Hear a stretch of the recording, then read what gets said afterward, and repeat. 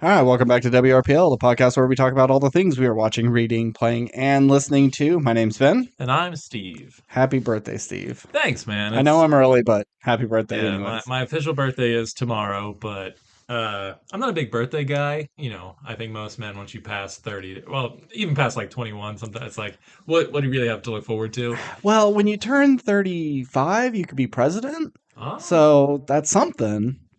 all right. So I got 2 years to get my Yeah, campaign going. Great, yeah, great, yeah, great, yeah. great. So, but anyway, this weekend has been pretty great. And you gave me and me and my wife, a very nice present, so I You're appreciate that welcome. very much. So thank you. And it's also something I've always wanted to try. I was So inspired by our talk on Atlanta, Atlanta, yeah, and so I Googled, hey, are there sensory deprivation tanks in my yeah. state? And surprisingly, there was one really close to where we used to work. And it's like, no way it's been there. And when I went and picked it up, very small, hippie dude, very short, very skinny, just this little bitty man. Very nice though. And it's like, oh, so how long have you guys been here? I'm like, 5 years. Like, no fucking way you've been here five I've been in years. this shopping center a Forever. million times in the past five And it's years, like and I've next never. to like some British tea room. Like, when did this get here? So maybe I'm just not observant. But anywho, good Anyway, yeah, yeah. weekend. Yeah, it's been a good weekend.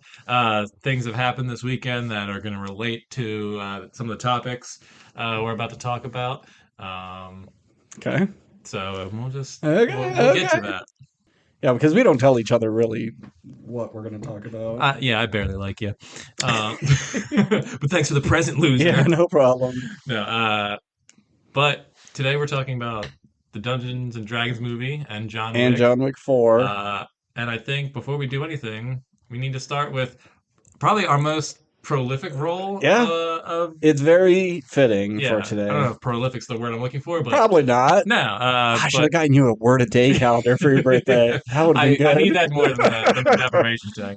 Uh, but yeah, so we roll every episode Yeah, and and normally we've been doing it late. with the D20, and now we're gonna do it on the D&D episode. That's I really wanted to watch original Dungeons and Dragons before Yeah. this, but it just so happened special showing, and I guess nationwide they've been having a lot of special Mhm. showings for this, so we had to jump on the opportunity. But let's roll. All right. This is Oh, either. that's a big wind up. Well, I was just about to say, like, I think this would be the most fitting thing if one of us got a nat 20 and then we got a Yeah, one. but we did it yes last week, so I all We goodwill. used up all the You're gonna get an juices. 11, I got a 9. a 9, Oof. and I'm gonna get a 4. 14. 13. 13. Okay, that's Okay, close. still poopy. All All right. right, yeah. Let's see. I only got one thing to talk about. You got more things. You almost completed a full whirlpool. Yeah, Oh wow. I have 50 pages left in the book I'm reading. I wanted to finish it, but I just didn't have the time. So I did not complete. I did not ride the whirlpool or whatever we decide to say with it. First off, I finished the season 6 of My Hero Academia.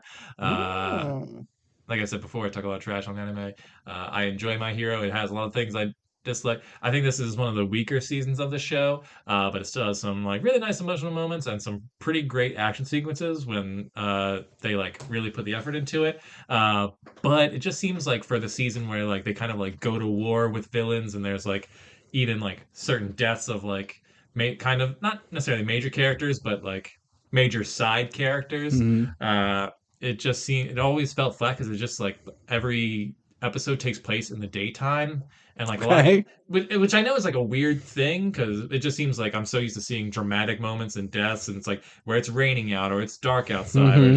there's just it dramatic lighting but There's it's a just like nuclear cloud, mushroom cloud in the yeah but sky. it's just like bright all the time and it's just Death could happen at any time, no and man. I understand it was just I don't know how to describe it. It just seems weird. Like previous seasons, it seems like whenever there was a Oh. big moment, it was always like dark times in the world. Where now it's Hmm. just like, oh, it's just a bright sunny day, and there's a giant Godzilla monster like destroying us, like everything in its path, and then we have to try and stop it. It was just I don't know. It was just kind of weird. So I The season was just fine, but What number season was this? Did you say? this is season 6. Okay. Um, and it's getting pretty close to catching up. Okay. I think, but the manga itself is nearing its end. Like Okay. it's in like the final act Okay. currently. That's good. So if season 7 isn't I don't think season 7 will be the finale, but season 8 will probably be the end. Okay. Would be my guess, or they'll do some bullshit where they make season 7 like 3 parts over the next Yeah. 4 or 5 years or Yeah. something. It's like Jesus Christ. They just spent a But season in Hawaii or something, just kicking back. but anyway, I enjoy it for the most part. I like the show, and Did you see the movies? I did. The movie's actually pretty solid. I enjoy the movies. Okay. The last one I didn't like as much as the first two, if I remember correctly, but they're beautifully animated and some real fun action sequences. Okay. And all the characters are just likable because they're all just good people who want to like do good things. Mhm. Except for Bakugo. Bakugo can suck a dick. Everyone likes Bakugo. He's just Grenade like hands? grenade hands. Yeah, it's Yeah. just like I'm the angry guy all the time, and And angry for like no reason, and it it's just seems not an like. interesting character. Yeah. I'm sorry if you're just like, oh, well, this season he was nice to the main guy. Well, it's like that's not a character arc. That's just him doing one nice thing After after 6. 120 episodes Yeah. of just being kind of a dickbag.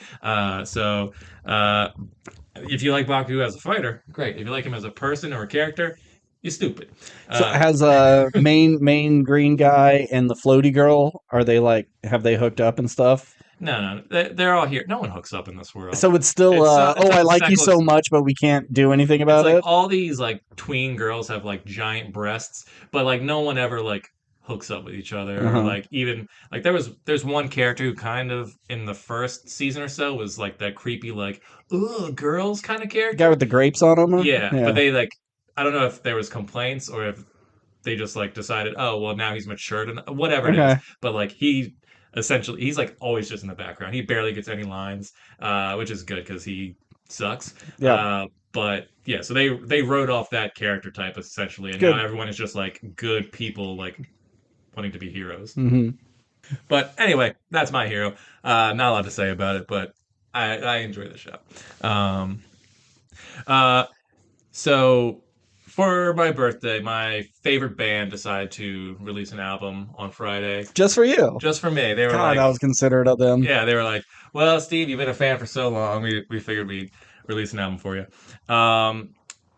And Fall Out Boy came out with an album, Oh. So Much for Stardust. Uh, so in 2005 is probably around the time I first heard them. 2006 maybe I was in high school and pop punk became like all the rage all of a sudden. Mhm. Bands like Fall Out Boy and Paramore and Green Day came out with American Idiot, and it's just like, you know, dudes with like the swoopy hair that goes over one eye and like tight jeans was all the rage, and everyone was really into it for like 5-ish years or so. And then everyone's like, you know what? Emo music or pop punk is kind of cringy, Uh-huh. and everyone got away from it. And all these bands essentially like disappeared, except for like 3, Hmm. and it was like Fall Out Boy, Paramore, and Panic at the Disco, and like kind of My Chemical Hmm. Romance, but like they stopped making music a while ago, and they just got kind of back together, just for like a reunion shows. Not really like they haven't like said we're putting out an album or anything. Yeah. But Fall Out Boy's been able to like sort of continue on. And their last album was not good. I didn't care for their last album. Not that I hated it by any means, but it was very like pop synthy as opposed to like rock music.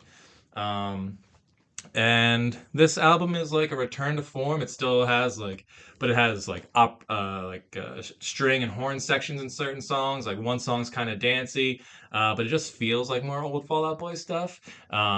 They've gone away from having like super long, like a classic staple of like pop punk bands was like I'm gonna have a really long song title that has nothing to do Hmm. with like any of the lyrics in the song.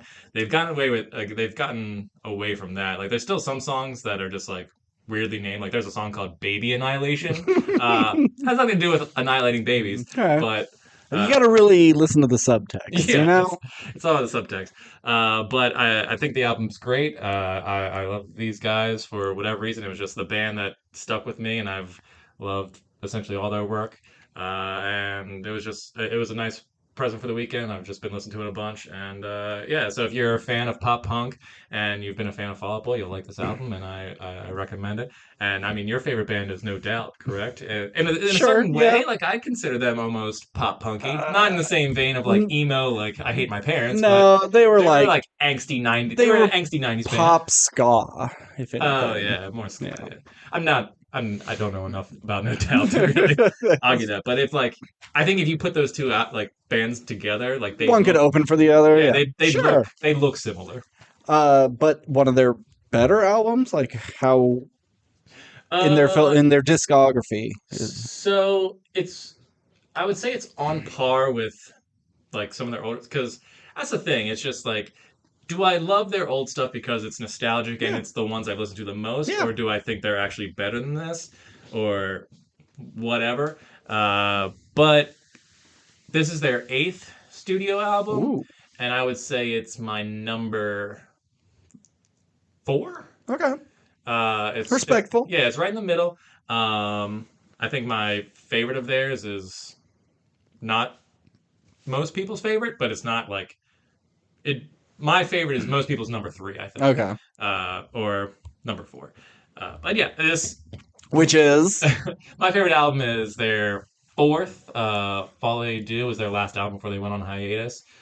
So they're isn't that the title for Joker? yeah. So Okay. when that title came out, there was a bunch of like Fall Out Okay. Boy like Hmm. memes or something on the internet. They're just like, yeah, we Fall Out Boy I think posted something on Instagram like, yeah, we wrote the Joker script or something like that. Yeah. But anyway, yeah, I love Fall Out Boy. I love pop punk music, and I now it's the nature of music and Coming everything is back and cyclical, and yeah. so it's now back and cool again. Although I don't necessarily think people are gonna like put on tight jeans and studded belts and I think they swoop their just hair down. I think it's just like they're just enjoying the music now. no, that style is back, but it's elevated. It's everybody can look back at it and go, okay, we see why this is so stupid, Mhm. but let's take the sexy aspects of it, and they modernized it. So it's definitely back. It's just not nearly as dumb as it was Fair enough. your generation. Hi, dog. Hey. So I only watched one thing. I've been getting home and not really wanting to dedicate myself to anything, even if it's a movie. I've just been watching a lot of YouTube, but I did watch one movie, and it's pretty great. Okay. It's called Glorious, and it was made in 2022, I believe, or at least it was released in 2022. So there's a man. He's not Ryan Reynolds. He looks a lot like him. If you saw him, you'd go, "Oh, that guy," but you would not be able to name probably anything that he's been in. All right. Challenge accepted. I'm gonna You, IMDb this right. I'm gonna yeah. I'm not gonna look at his name or anything if I can. he'll be the first one on it. But anywho, so this guy, he's driving down the road. You could tell he's kind of a wreck. It looks like he's gone through some sort of breakup, and he pulls over to a rest stop and burns all of her clothes, the memorabilia he had from her, and he has like a box of pictures, and he's burning all of it. Gets really, really drunk. And did you find him? Oh well, I did want to interrupt you, No, but that's fine. okay. Let's see. I'm scrolling down. Just his face. Oh, is that Ryan Quanten from? Yeah, from True Blood. Yeah, Oh, okay. yeah. Yeah, I So didn't that's watch right. True. I don't know him from anything else, but yeah, But he kind of looks like Ryan Reynolds, like you know, sure. especially in this movie. I guess Okay. maybe in this movie he looks a lot more like him. So yeah, he gets really drunk, passes out, wakes up the next morning, runs into the rest stop, and he's puking in this disgusting little bathroom. So there's like two sinks, two stalls, two urinals, and he's puking. And there's a voice next to him, just like, "Oh, had a pretty rough night, huh?" And just making conversation and just humoring the dude. And he notices he's in a bathroom stall that has a glory hole, Mhm. but on his side there's just like a monster painted over it, and the glory hole is like the mouth, and it's got like six eyes and crazy teeth and tentacle heads. Fun. And so he's just trying to, clean himself off because it's disgusting. There's barely any water running, and this guy starts kind of dropping information about him, like, how the hell do you know this? And he mentions him by name and talks about his ex, and he's really freaking out, and he's looking underneath the the stall and you see this like big pink sack that's like glowing and maybe has like shrimp legs in it or crab legs just flicking around. Like, what the hell is this? And he's trying to look through the glory hole, and just this booming voice is like, "Don't you dare look at me!" And pushing him against the wall. Well, he's in this eldritch god, this ancient evil thing, and he is in our realm now.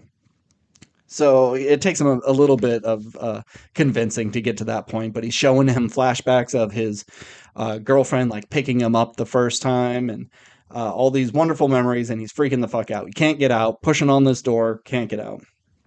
So this god who, oh shit, what was his name? He made him do this thing, like grab your tongue and pinch it really hard and say, "Got another one." Will you do it, Steve? All right, so Pinch pitch the that. end of your tongue and say, "Got another one." Got another one. Slower.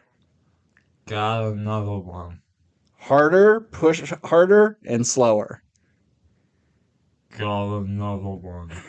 That's exactly what he asked him to do, but it's like Gatanalawa. Got another one. That's Okay. his name. And so his father was this being in the vastness of nothing, and he realized that his thoughts can create things. So he created a brother and sister for himself, and they started creating things and life and the universe. And he was like, "Ooh, I don't like this." And so he created his son, Gatanalawa, and his purpose is to unmake everything that the siblings made. Well, the siblings didn't like that, and they locked up Daddy, and he's been locked away forever. So now it's the time for this god to unmake everything. But he kind of fell in love with humans, and his heart grew 3 sizes, and he doesn't want to. But in order for him to not unmake everything, he's going to need a favor from our gentleman. Okay. And the way he phrases it is like, "I need you to satisfy my corporeal form." And he even like, you see like something Oh sticking god. out of the glory hole. Uh-huh. It's pretty gross. It looked like pretty much a turd was hanging out of it. And so he's freaking out like, "No, I'm not doing that. I'm not doing anything." He's trying to get into like a vent and crawl into the neighboring bathroom, but he just ends up in the same one. It's a pretty cool scene. Like, you could tell they're Yeah. using like a rotating set. So he's climbing through the vent and he's like kind of thumping all around the place. Mhm. It's pretty good. Uh and keeps torturing him with memories of his girlfriend. Like, "Look, you're gonna let everything get unmade, everything everywhere, and even her. You're willing to do that?" And he's like, "Ugh, fine." So he goes to the glory hole and actually like puts his dick in, and the god's just like, "What the fuck are you doing? Your dick is meaningless to me." It's like, "That's not what I want you to do. I want you to cut I out had your a nickel every time I heard that. I want you to cut out your liver. Not your whole liver. I just need at least a part of it, but you need to do it on your own." It's like, how the fuck am I going to do that? Slides him a broken piece of glass, and he doesn't want to do it. There's a part earlier where like a maintenance guy comes by and he's screaming for help, and the god's like, "Don't let him in here. It's going to be bad." He lets him in, just like rips him apart, blood everywhere. And Dad's coming. The bathroom's shaking. There's bricks falling out the wall, and you can see into the vastness of space. And this big googly moogly is like coming at him. And it's like, "Okay, fine, I'll do it." And he takes this glass and just stabs himself and rips himself open. Then this tentacle comes out from the glory hole and starts like sucking his liver. And then it's all fine. He's like, "Thanks, dude. You really helped out. You saved everything. And, no one's going to remember you because you're actually a really bad guy and you don't deserve to live." Well, it turns out he wasn't going through a breakup. There's a twist. Hmm. He was like, he's a serial killer. He was like eyeballing this one chick at a party, and his girlfriend comes up and it's like, "Oh, you don't want her. She's too good for you." Or I don't know, something. She's doing flirty banter. Sure. And so they start dating, and he sees her as like, "This is the one that's going to change me. I don't need to do this anymore. I found someone who will just love me." But she found his box of pictures of him torturing women. And so he had to do what he had to do, and he killed her. So now he's on this trip just like broken because, God, I killed the only person that loved me. And so yeah, the guy's just like, "You're a piece of shit. You deserve to die." And you did, but you at least you did the right thing. And he just bleeds out and dies. The end. So did you ever get a full view of this thing? No, only. Oh, well, actually, yes. At the end, it is just kind of like a big hunk of chewing gum with tentacles. It's not as cool as Cool. Yeah. the little turd coming out of the hole or the sack hanging from underneath. It's definitely creepier. When he's describing, because he's saying, excuse me, your stupid human brain can't even comprehend the horrors that I am, and your body would actually physically change of how terrified you would be. But the good thing is, like, the guy doing the voice of the god is J.K. Simmons. Oh, cool, And cool, so it cool. really adds some gravitas to this character. Great voice. Excellent voice. And simple movie. You only see a little bit of outside shots. Most of it is inside this thing with minimal but effective special effects. It's really fucking cool. I loved it. It was a good time. It is a little bit of a comedy, so there are some jokes in it. And I can see like a Ryan Reynolds really making this embarrassing. Hmm. And this guy definitely pulls it back, but I think it probably needed to be a little more serious. Okay. So besides that, I loved it. It was on Prime, I think. So how much of this movie took place in this In the bathroom? bathroom, 85%, I'd say. Awesome. Yeah. You get some driving and him partying outside Flashbacks and and stuff. Yeah, yeah, flashback yeah. stuff, but most of it is in there. And they do good use for it. Really great colors, beautiful lighting for how minimal it is. It still has a lot of character to the set. It's good shit. What did you say that was called again? Glorious. Glorious. Yeah, Got it. like Glory Hole and then Gods and Yep, yep, yep. Awesome. pretty clever. You have one more thing? Yeah, I beat a video game. It was a free game last month, and I finally got around to playing it this month, I believe. It was Mafia Definitive Edition. Oh, yeah, Yeah. So, uh, I didn't know anything about this game other than it was a Mafia game. yeah, yeah. But it's a total remaster of a 2002 game. Okay. So I think it was like PlayStation That 2, may have been PS2. Yeah. PS2. Yeah. Yeah, and so, but I didn't know anything about the story or whatever, or the world and what's different from that game because I never played the original game. So I went into this totally blind, and it's a pretty solid mafia film. Okay. If like you're a fan of like the It's a God, mafia film, huh? yeah, sorry. Well, it's very cinematic and there's like lots of cutscenes. Um, Is it like a GTA or an well, LA that's the Confidential? weird thing. It's the world. It's set up like a GTA game, but it's very Linear? linear. It's very railroad. It's like you finish one story mission and you're instantly like put into the next story So mission. there's no open world So exploring? I think if you beat the game, there's like Mafia Plus or something. Like I looked it up after I beat the game because I was like, it's so weird that this world is like kind of big. Like it's a Mm, whole city, but like there's no like exploration. Like I guess I could like get in a car and like not follow the and then not arrows? follow the arrows. Yeah. Yeah. But is Uh, it the whole time? Is it going like, wrong way, stupid? Hey, what are you doing? uh, yeah, pretty much. Uh, there isn't a whole lot of like I'm by myself. Like usually it's just like, me and Sammy gonna get in the car here and like go down and get those Morello punks or whatever. Uh, so yeah, so usually there's somebody with me. Uh, but anyway, it's pretty solid story actually. But it's all the classic mafia cliches. Like you start out as a taxi driver, and two mafia guys are like getting chased by the cops, and they hop in your cab, and they're like, "Hey, book it, kid," or whatever. And like so you're trying to dodge the cops, and they're like, "Hey, thanks, kid. Here's some money for your troubles." And then it's like they kind of help you out later on, and then it's like, "Well, welcome to the gang," and then you like rise up through the ranks Okay. and you kind of start out as their driver, and then the boss likes you, and then they're just like, all right, well, you're gonna come on some runs. It's like you don't want to kill people, but then you have to kill this one guy, and then you're just like, now you're okay with killing people, and you kill a ton of people in this Okay. game. It's like you're It's assassinating. not like a morality meter thing of like, well, if you do more kills, they like you more and you're able to do these missions, or, oh, you don't do it, well, then you don't get No, no, to. there's no None of that? morality system. It's Okay. just it's a pretty straightforward thing. Like you are the nicest guy in the group, and like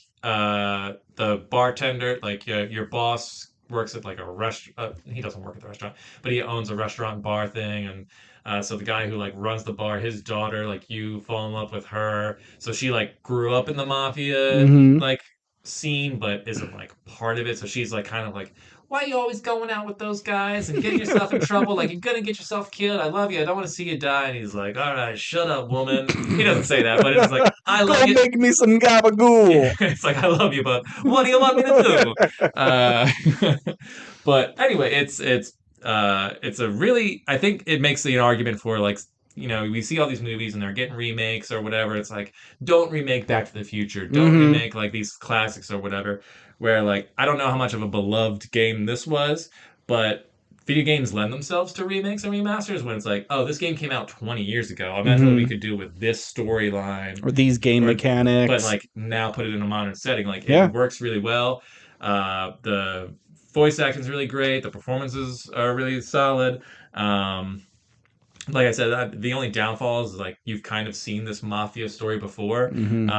but I think it ends in a satisfying way. And if you played Grand Theft Auto, like the combat plays very similarly, and the driving is very similar. So like it's a really fun game, and it's beautifully made. Like the city looks great. It's kind of like it's called I think Lost Heaven or something like I forget the name of the city, Okay. but it's like Pretty. but it basically looks like Detroit in the 40s or whatever, or Okay. Chicago in the 40s. I would I'm assume it sorry. would be Los Angeles No, no, because no. they had like the mob running Well, they did LA Noir. This is like Have you Al played it? Capone was in Chicago, Oh, so okay. they're doing like I Oh, is think it with like real gangsters no, that no, no, exist? no. It's Oh, all okay. it's all Okay. fake gangsters. This is Okay. it. But did Uh, you play L.A. I did play Noir? LA Noir. Yeah, Which one's better? LA Noir. Yeah. Okay. Yeah. But there's just like that's a much bigger game with way more to do and a more interesting like detective system. It's like Mm-hmm. yeah, you're like solving crimes, but also like you can do like kind of shady shit, and it's just a more involved story. Where this is like a 20-hour game if you like really like play it through. Okay. Um, but I had a good time, and if you like Grand Theft Auto, if you like gangster stories, it's a satisfying one. If you're a fan of just film, it's lends itself to that as well. It just I don't think it'll blow you, but it hasn't changed the game in any way. But it's Mm, like if you're a fan of the first one, it totally does it justice. Even though I never played it, it's a really great remake. cool. So All right, main topics. let's do it. Do you want to do which one do you want to do first? I have a list of things I want to talk about for John Wick 4, but I can't see it being a super long conversation. We say that, but it always ends up I being a know, super I long know, I know, conversation. I know, I know. I was gonna say let's do John Wick, then Dungeons and Dragons. Okay. Because I think that since you will probably have more things to say because you know more about lore, See, I and think you would I, have more but so questions. yeah, and I Yeah, have more yeah, yeah. questions, so you're able to answer that, and that may take up a bit of time. Okay. Where John Wick is like, he sure does kick good. He sure knows how to shoot that All right. guy. Well, then we'll do John Wick. Okay, so let's start with main topic number 1, John Wick, Chapter 4. Mm-hmm. Before I even get started, I really hate that Chapter 3 is called Parabellum. Yes, John Wick, then John John Wick Wick Chapter Chapter 2, 2. right? And then John Wick Parabellum. Chapter 3, Parabellum. Parabellum, Yeah. and John Wick 4. Why? Like, and if you're going to do the chapters, like, do it for all of them. So then you can have, like, because I think, like, the next John Wick is going to be a flashback to how did John Wick get Mm. here? So we'll cast younger, set it in I guess it would be the 80s or 90s for when he was, Yeah, the 90s. coming up, Yeah. going through the military.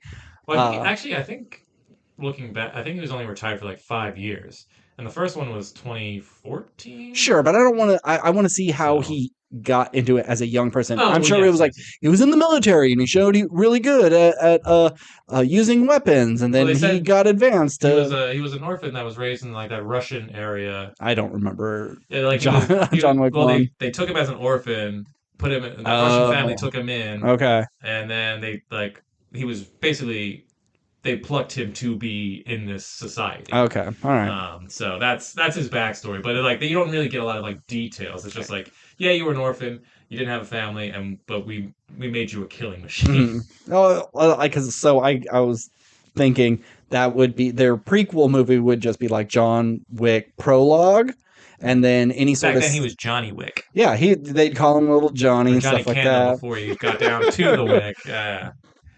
Sorry. Um, I keep interrupting you. Go ahead. and then if we have any spin-off characters, which we'll get to later, that would be John Wick epilogue, and it'd be like this is all the things after John Wick, still in the same universe, because I can't see them renaming it with a different character and still having that same marketing appeal. Mm-hmm. So if you call it John Wick epilogue, and it's just anything that happened because John Wick went on this huge rampage for a couple of months. Gotcha. Anywho, but that's future talk. So John Wick 4 picks up pretty close. I mean, I'm sure it's been a couple of months. That's okay. Are you going to say what's the timeline of this from Yes. 1 to now? Well, I know because 1 and 2 are pretty close, Yeah. and 3 is just a couple days. It's not a long period of time. But by the end of 3, he had just been shot off a building, tumbled down some fire escapes, and then hit the ground, taken away by the homeless people. So we needed some time to recover. I don't know why I say that, because he doesn't ever need time to recover from any of the things that happened to him. Yeah.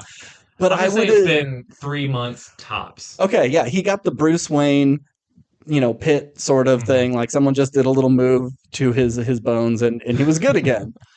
They did the Mr. Miyagi thing. Yeah. So we start with him in the sewer, and Lawrence Fishburne has been like, "Oh, you ready to get back in the game?" He's doing punching back there, and then he lights the ground on fire. Why did he do that? There's so much stuff in this movie that drives me, and it's not just this movie, it's the franchise in general. Yeah. It's just like there's so much stuff in this franchise that just doesn't make sense. Like, it's a cool thing to do, I guess, but I'm like, did you have lackeys set this up so when you walk in you could do this thing? Like, or is it always set up? Is it always set up this way? Like, what is why? And it wasn't like just a square or a star or a circle. It was 5 sides. It was like a children's drawing of a house. Why is this? I didn't get that. I thought like maybe he would go, "Oh, I got you your suit. Are you ready to get back to it? And this is your fire pit that you have to fight some of these homeless dudes to see if you still got it." And it would just be a quick little action thing. I was like, here's a cool way to light a room. yeah, so weird. Light the floor on fire. Yeah. Okay, I want to say, like, what's the main plot of this? And it's just more of the same of John Wick is getting revenge. He's dismantling the whole system. First it was his dog, and second one, he was getting back into the game, and they hired him for a thing. He does it, and then they betrayed him. Right? It's been so like I was hoping that you remember 1 through 3 better than I do. Like the only research I've done for 1 through 3 is I went back and watched the trailer for the first one after watching this. I was like, what does the first one even look like anymore? And the first one looked like, if you saw the trailer for John Wick 1, I think you'd be like, that looks bad. Like compared to what we know now. But once you go and see that movie, you'd be like, oh wow, that really surprised me because the trailer doesn't do it justice. Yeah. But I didn't see it in theaters because it looks stupid. Yeah, the trailer is called John Wick, and it's just Keanu Reeves. Yeah, it's not a good trailer. The action sequences in that trailer aren't like all that interesting as clearly as to what we've seen now, and it just like looks kind of cheap. Mm-hmm. And because Keanu's not necessarily the greatest actor, like it's not like his performance is pulling me in that trailer. I was like, oh, like it's amazing that franchise got launched from this trailer. It was word of mouth. It was enough people going, you need to see this. This is cool. Everybody. Yeah. So yeah, in 2, he gets back into it. He's out of the game, but they're like, no, I gave you. Oh yeah. Oh no. You're like, you have to do it. Here's your chip, your coin, your blood oath. And he says no. And then they rocket launcher his house to kill him. And he survives and then goes, all right, I'll do it. Like, really? Do we need to go through all that? And then he does the job, and then they betray him, and they're going to kill him anyway. So then he goes on a revenge spree for that, shoots the guy on hollowed ground, and that's why everybody's after him during 3. He's excommunicado. Excommunicado, and then he has to cut his finger off because he's talking to, I think it was Frenchie from The Boys in the middle of the desert. No, it was... Oh, am I being racist? Oh. It was the guy. He was in Wonder Woman, I believe. The first one. He was one of the Oh, he was that one of the guy. teammates, but like they replaced him in Yeah. this one. Yes, but they even at least mentioned But it yeah, in yeah, it's this. just So like I'm the replacement for the last yeah, guy. Yeah, yeah. yeah. So yeah, and then 3 is just a fight through the city trying to survive, and uh I don't even know who's the bad guy at the end of 3. Was Common in 3 or He was in 2? 2 Okay. because they were having that silent Yeah, fight. yeah, You yeah, know, yeah. like that's the only thing I really remember That's from 2. yeah. And in I just remember 3, thinking like 2. It's like, oh, that's how you make Keanu good. You surround him with actors who are worse than him, or like actors who like don't have dialogue. yeah, Because there was, I think Ruby Rose Ruby was Rose one of was in but it. she did She was sign language. yeah, she was mute. So They're they're like, just like, yeah, that's how you make Keanu good. It's like you don't give him anyone who's better than him. But then in or this movie, you gave him everyone who's better than him. Lance Reddick and Lawrence Fishburne. What's his name? The Mr. Manager, the manager of the Oh, hotel, Ian McShane. Ian McShane. Yeah. Yeah, everybody is like really giving their all. They're really Yeah, committed. I don't remember loving all the side characters before this. Like John Wick franchise is not something like I'm a huge fan of. Like I Mhm. enjoy all of them, but I'm not just like, man, I can't wait for John Wick 4. Like I don't really care when they Unlike announce. everybody at my work, I just don't everybody went. I don't care when they announce a John Wick movie. But yeah, every side character in John Wick 4 I was super into. Yeah, Mr. Uh, Krabs is there. yeah, love Clancy Brown, one of the best voices in the Hell biz. yeah. Uh, but anyway, yeah, so here we are, John Wick 4. Yep. He's continuing on his killing spree, like you said, trying to bring down The high the table, high table. which we don't see again. Which once again, who's on the high Who table? is it? Yeah. And, like that's one of the things. Like I love the lore in this world, Mhm. but the lore doesn't make any sense. Yes. There's like my big question is this like a separate universe from our own? Because the movies make no attempt to justify anything, No. Which drives me nuts. That's why I can't say like I love this franchise and I understand they're kind of just going like, bro, who gives a fuck? Yeah. Keanu's like whooping everyone's ass. Yeah. Like that's what you should care about. It's like Uh-huh. I get that, but when you give me like I'm a fan of lore stuff, so when you give me something that's super interesting, I want to know about that thing and how this exists. And it's like, oh well, we have the for lack of a better term, the not telemarketers, The switchboard ladies. the switchboard ladies in the Eiffel Tower. Well, like Yeah. the Eiffel Tower is the most visited tourist Yeah, attraction. you can go to the top. Yeah, like do people not go in this world, or like, or it's like there's been multiple explosions and gunfights throughout multiple cities over the past few weeks. There's not a single like cut to a news report going like locals. It's like gunfight in the city today. It's just like Yeah. it just seems There's like a huge traffic jam around the Arc de Triomphe or what it's Yeah, called. well- Huge traffic jam. no one It's- stops. Everyone's just like gotta get to Gotta work. keep going. It's a roundabout, people. Don't stop It just here. seems like everyone in the world knows that. And it seems like this is a secret society. They're the high table. They control Yeah. everything, but they don't really have that much money. Like they're only offering 10 million to kill this guy, which don't get me wrong, is a lot of money. Mm-hmm. But it's like for a secret society who I would feel like controls shadow governments or like can assassinate anyone because they have all the assassins. Also, there just seems to be infinite number of like assassin goons. Yeah. But you have some guys who are dressed up in like regular clothes who just are like cannon fodder for Mm-hmm. John Wick. But you also have people who are, I guess, deeper into the society And they that get the have suits. like get the special suits and stuff. Mm-hmm. But it just seems like, and then you can also have a gunfight at another like ancient church in the middle, and like Nobody- cops show up. No. Nobody cares. They're just like, oh well, the high table ordered it, so I guess we're having this Yeah. thing here. But like, They no blow up one of their hotels Yeah. in the middle of New York, and it's not a big deal. New York, where that kind of thing has happened, and Sure. it's been a big deal, and everyone's just like, well, another day in New York, baby. Yeah. If you can't make it here, it's like there's no consequences. Yeah. The whole movie's called. The whole point of this movie is like everyone has their consequences, Mm-hmm. but there's no consequences for any of them, really. Yeah, because they show you that there's so many assassins, but we don't know to what level. I'm sure there are like high political assassinations that are happening, but that seems like there would be a handful of people to do those things. Everybody else just feels like hired goons. Mm-hmm. Like you're a henchman for the Joker or something. Like there's way too many of them that how many people are ordering these hits? Like it just seems it's too big of an organization. And to your point of nobody fucking notices it, it's like guns are going off everywhere.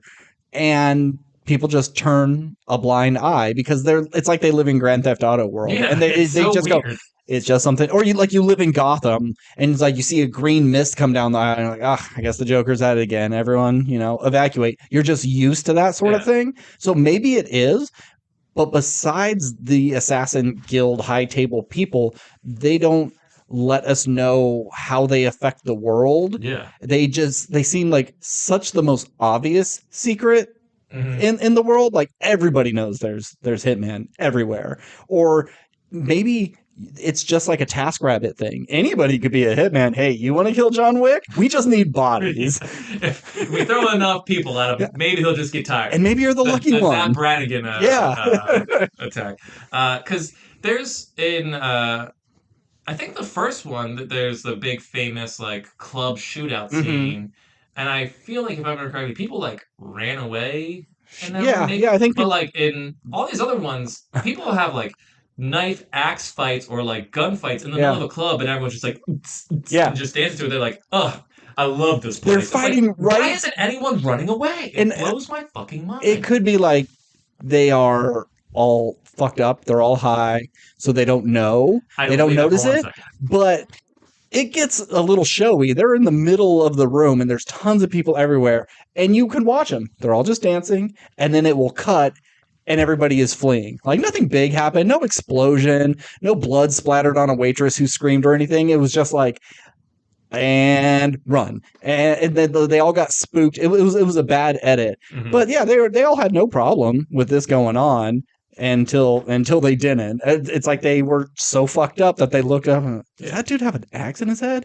Oh shit, this is bad. I can imagine like you're at a bar, a fight breaks out, even a big brawl where it's like, oh, one guy's kicking like 10 dudes' asses. This Mm-hmm. is crazy. Let's watch. I can get that. But when they're pulling out guns and like Mm-hmm. ninja stars Yeah. and like throwing dudes over railings and like their necks are snapping, it's like, oh, well, now would be a good time to leave. Yeah. And nobody does Yeah. that. It takes him It's a bit. so absurd. I just don't understand the John Wick universe at all. And if you were just like, if the director came out and just like, oh yeah, everyone knows about this world, everyone's cool with it. It's just this. There's just assassins everywhere, and I could be like, okay, cool, but there's never any explanation as to Yeah. like how this world Yeah, we functions. never go to a normal person. It's always like, oh, are you a doctor? Yes, I'm the hitman doctor. Oh, you a Yeah, librarian? I'm the hitman's librarian. and they Everybody all has a get paid in gold, yeah, and lap of luxury sort of world. You never cut to John Wick's sister and her kids, and it's like, John, look what you're bringing into our lives. This isn't normal. Your underworld, blah blah blah. You're going to get everybody killed. There's none of that Mhm. because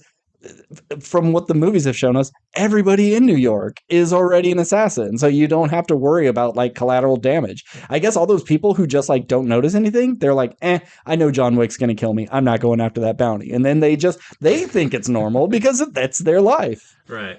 Yeah, it it annoys me. But that being said, this Pretty movie's good pretty movie. yeah, this movie's pretty fucking awesome.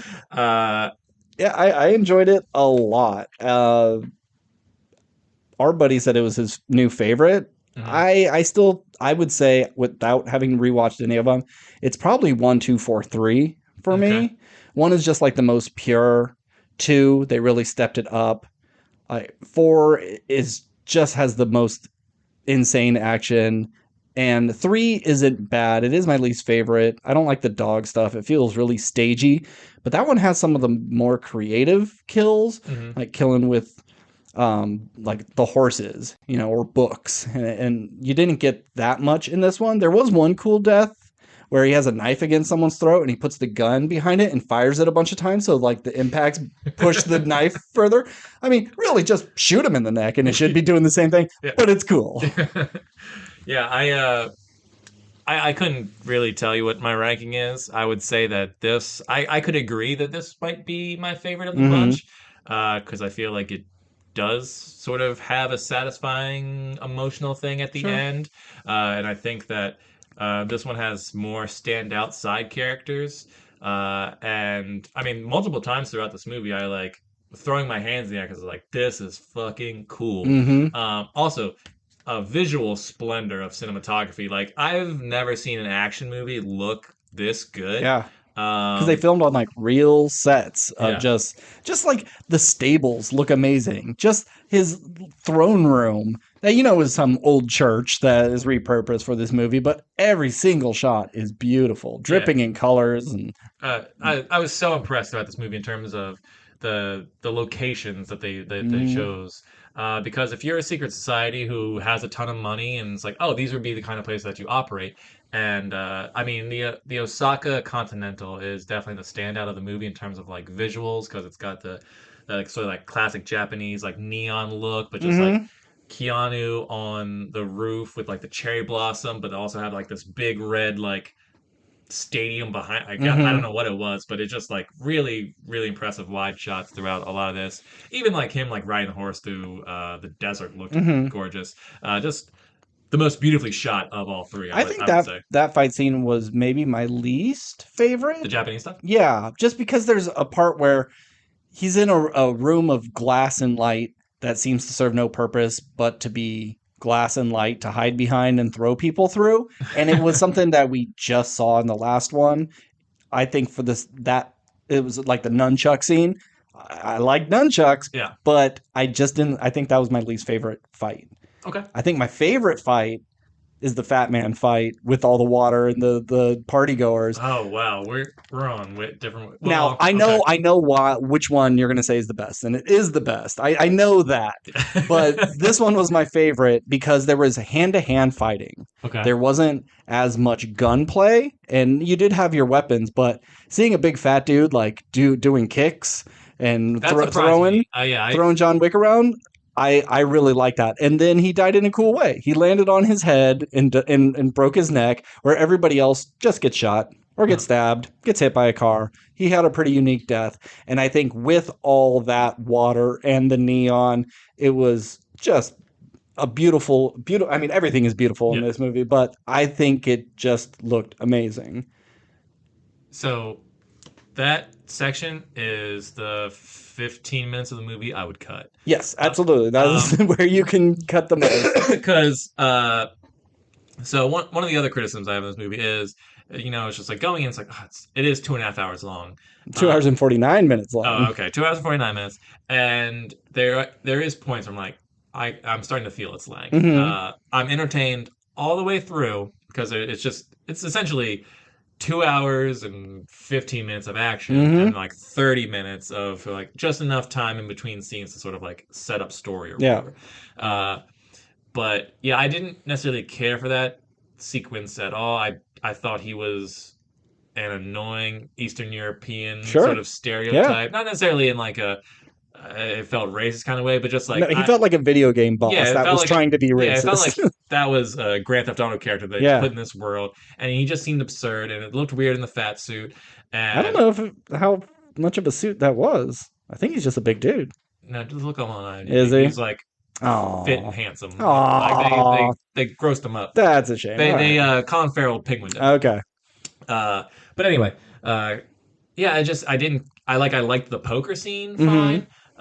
But just that whole sequence I didn't care about because, well, one, I was distracted by the fact that no one was running away at this club. Two, how much water they were using for like a Yeah. dance hall. Like Hmm. the amount of money you were. It's like a fountain. It goes in and it pumps it I back know out. it just seems like an absurd waste of money. Yeah. But I know this is like all elegance, and it really doesn't matter.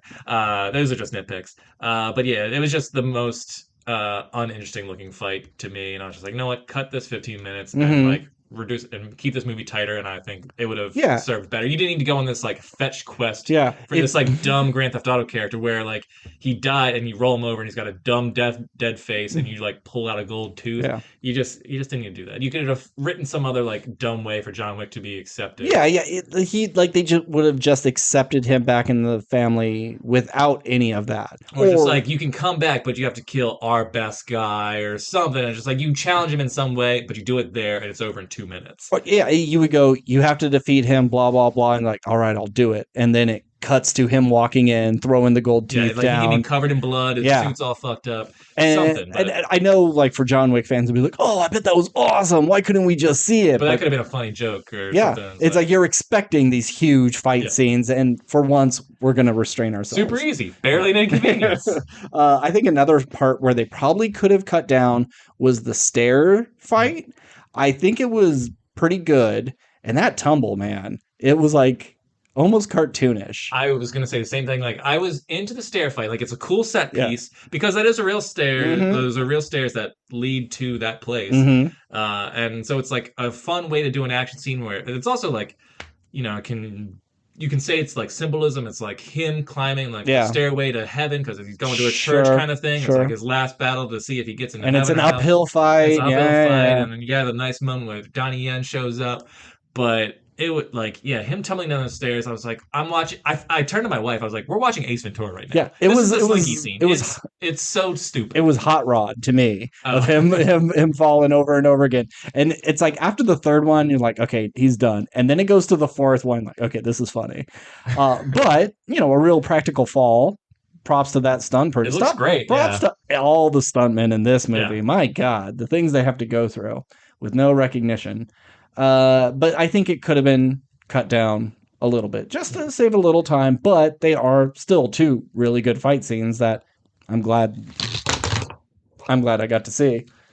Yeah, I like that scene. I just the fall was cartoonish, but that's fine because the rest of it was great. The other part, and I think other John Wick movies have done this too. It's just like there's always like some like right hand man of the bad guy who's just Mm-hmm. like the big dude in the movie. Like that guy in the gray suit who like keeps showing up for fights and like John Yeah. Wick just doesn't happen to kill for whatever Yeah. reason. Like, why is this guy getting so much screen time? Like, kill this guy. I don't care about him. Yeah. Like, if you can have like a big fight and then bring him back at the end or something, but like he showed up in like every major fight Yeah. scene and he just wouldn't die. It's like, and he's like, he's not acting. He's not. I mean, I know he's acting, but I just mean like I don't even know that character's name. I don't. It's Mm-mm. like he's just the guy that the Marquis sends, but Yeah. it's just like the Marquis sent 500 guys and they're all dead. Like, just I didn't want to see this guy's face anymore by the time they got to the stairs. Like, Yeah. I don't care. It was once again comical that he kept either surviving because maybe he like dipped out or he's showing up a little bit too late after the action's already done. He does just feel like a mini boss that is going to pay off in some way. And he does this stairwell fight is his final fight, Yeah. but I think I can't even remember how he kills him. Yeah, I bet he shoots him. no, the Mr. Nobody kills him. It was the dog Oh fight, and then yeah. he's just like, "You tried to kill my dog," kind of Yeah. thing. And Yeah. yeah, which we'll get to that in a second too. Okay. Well, I mean, since we're on the fights, let's just talk about the major fights. So we had the roundabout fight, which I thought was excellent, really good.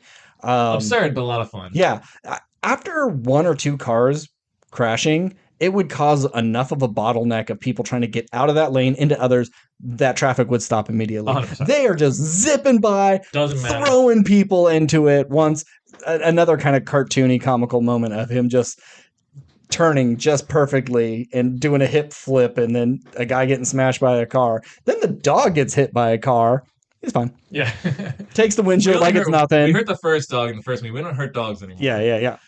But I really, really enjoyed that fight. Yeah, I didn't love all the cars whizzing by necessarily, but like I loved like Keanu get like basically breaking off both doors and then like the way he circles the group and he's just firing at the door and there's just like 5 guys or like 10 guys huddled in a spot. I thought that was really fun. And it's a fun way to sort of like add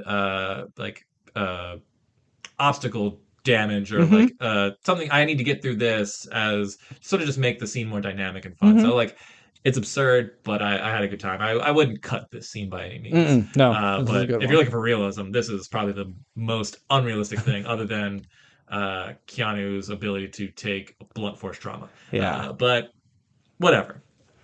And then besides the final fight, the best fight scene, shootout in it, the video game gun, the grenade launcher, the whatever the hell it is. It's the shotgun with incendiary rounds. Yes, thank you. Yeah. So we get a top-down view of this like house. I don't know where he was there. It's like an abandoned just some apartment. Just abandoned apartment complex. And we got a hotel or something. Top-down view. So you're looking down and the camera's just moving from one room to the next. And John Wick's just like blowing the shit out of everyone. And I think it was a smart choice because you get the full scope of the blast because it's not like if you were close up, it would just look like it's just like a really bright shotgun Yeah, thing, the muzzle flash is but with like big. going from above, you really get to see the full spray of the flames. It just seemed like more powerful that Hmm. way. And just seeing him like move room to room and kill these guys very quickly, and them like bursting into like not only like shooting them and they're like, oh well, now they're dead. But it's like they're shooting them and they might Like still be alive, but now they're catching cooking fire. from the Yeah. inside. It's The it was a lot of fun from seeing it from that angle, and it goes for a while, and it was really impressive because yeah. we've seen lots of close up gunfights Hmm. in the John Wick films. This was a new way to stage a scene differently, and Yeah. like, oh well, you're showing me something I haven't seen in this world before. So Hmm. that I really appreciate from a directing standpoint. Yeah. Then we have the last fight, but we'll probably get to that when we talk more about the ending. Sure. Yeah. Let's see. I wrote some things down. My main problem with this movie and the franchise really as a whole, there's not a lot of character development in these movies. Mm-mm. John Wick is just a mad guy getting revenge or, uh, kicking butt, and no one really grows or changes or learns a lesson. It's just no story, cryptic sayings, but like, oh God, I can't even remember what he said, but it was like, if a man doesn't or if a man doesn't bleed for something, he'll bleed out for nothing. It's one of those dumb things. It's supposed to be profound. There's Yeah. just a bunch of that. A really good set pieces, and then like adding more rules to this lore of this thing that's kind of cool, but we don't know about. Like, oh, but you can make a duel with him because your family, or at least your adopted family, is on sitting on the high table, and you could do this, and then they have to like do this flippy guessy game of who gets to pick the rules for the. It just seems like they're constantly adding little caveats to everything Mhm. without expanding like how this organization affects the world. It just doesn't seem like a world that needs that many assassins. And I'm sure these are all the assassins for the entire world, maybe congregate close together, but I don't know. The movie is pretty empty, but it sure has a lot of beautiful paint and glitter and Mhm. shiny doodads to distract. It's really well constructed, but then once you stick your head inside, it's just an echo chamber, or It's just an echoing an chamber. eldritch beast you can't possibly comprehend. Yeah. Yep. Yeah, I mean, I said on this podcast before that I'm like a character guy, I'm a story guy, like those things matter to me. This one, it doesn't necessarily bother me so much. Like normally I would agree, but 4 movies in, I'm just kind of like, okay, this is what we're getting. It's not really about John growing as a person because Hmm. he was just a good guy who got out, wanted to be out, but you guys brought him back in. So of course he's just, I'm gonna kill all of you Was he a good regardless. guy though?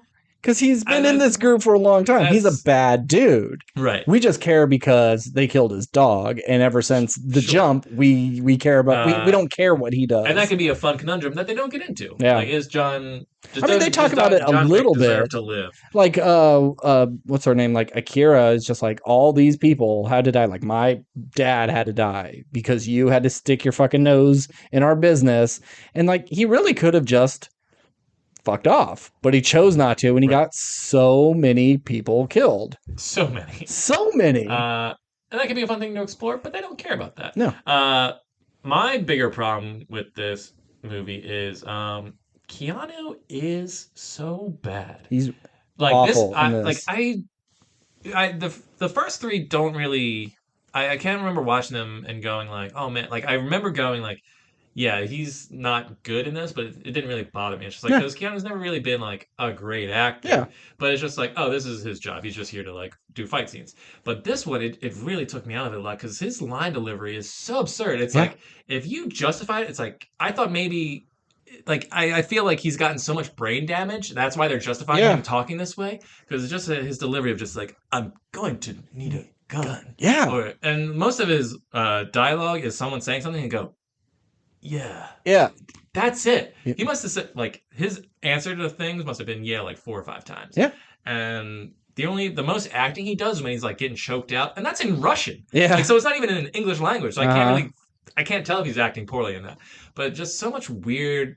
Uh, Stunted line delivery it's so is absurd. yeah. I don't get why he made that choice. He comes off as a bad actor in this, and he's likable in so many other things. But this really made me realize how limited he is. And it's a shame because you watch the original Bill and Ted and its sequel, he's great in that. Yeah. And then when he tried to revisit it, I thought he'd fall back into it. No, he's just kind of John Wick in that as well, just a And little dumber. And I know Keanu Reeves is like the nicest guy, and I know Sure. he's giving these movies 110%. I Yeah. will say, I think, uh, like his physical performance in this, his ability to do all the things in this, deserves an Oscar. Mm-hmm. I honestly believe his body is putting on a an Oscar worthy physical Sure. performance, but his line delivery is absurd. And every time he spoke, I did an eye roll. I was like, Jesus Christ, what fucking movie are we watching? Yeah. Like it's like this dude doesn't even try. Uh-huh. But maybe he's just tired and old. And like I said, maybe his character has enough concussions to where he can't speak properly. Sure. But that's something you need to like say in the Uh-huh. movie as to like why he is this way. Mm-hmm. It's absurd. He needed Uh, a monologue at some point where he can just sit and say more than two lines at a time. He mhm. needed a chance to kind of justify his actions and have a heart-to-heart speech with someone, but he never talks long enough for any of that to count. It's always just weird. How are we gonna get there? Like, why'd you say it that way?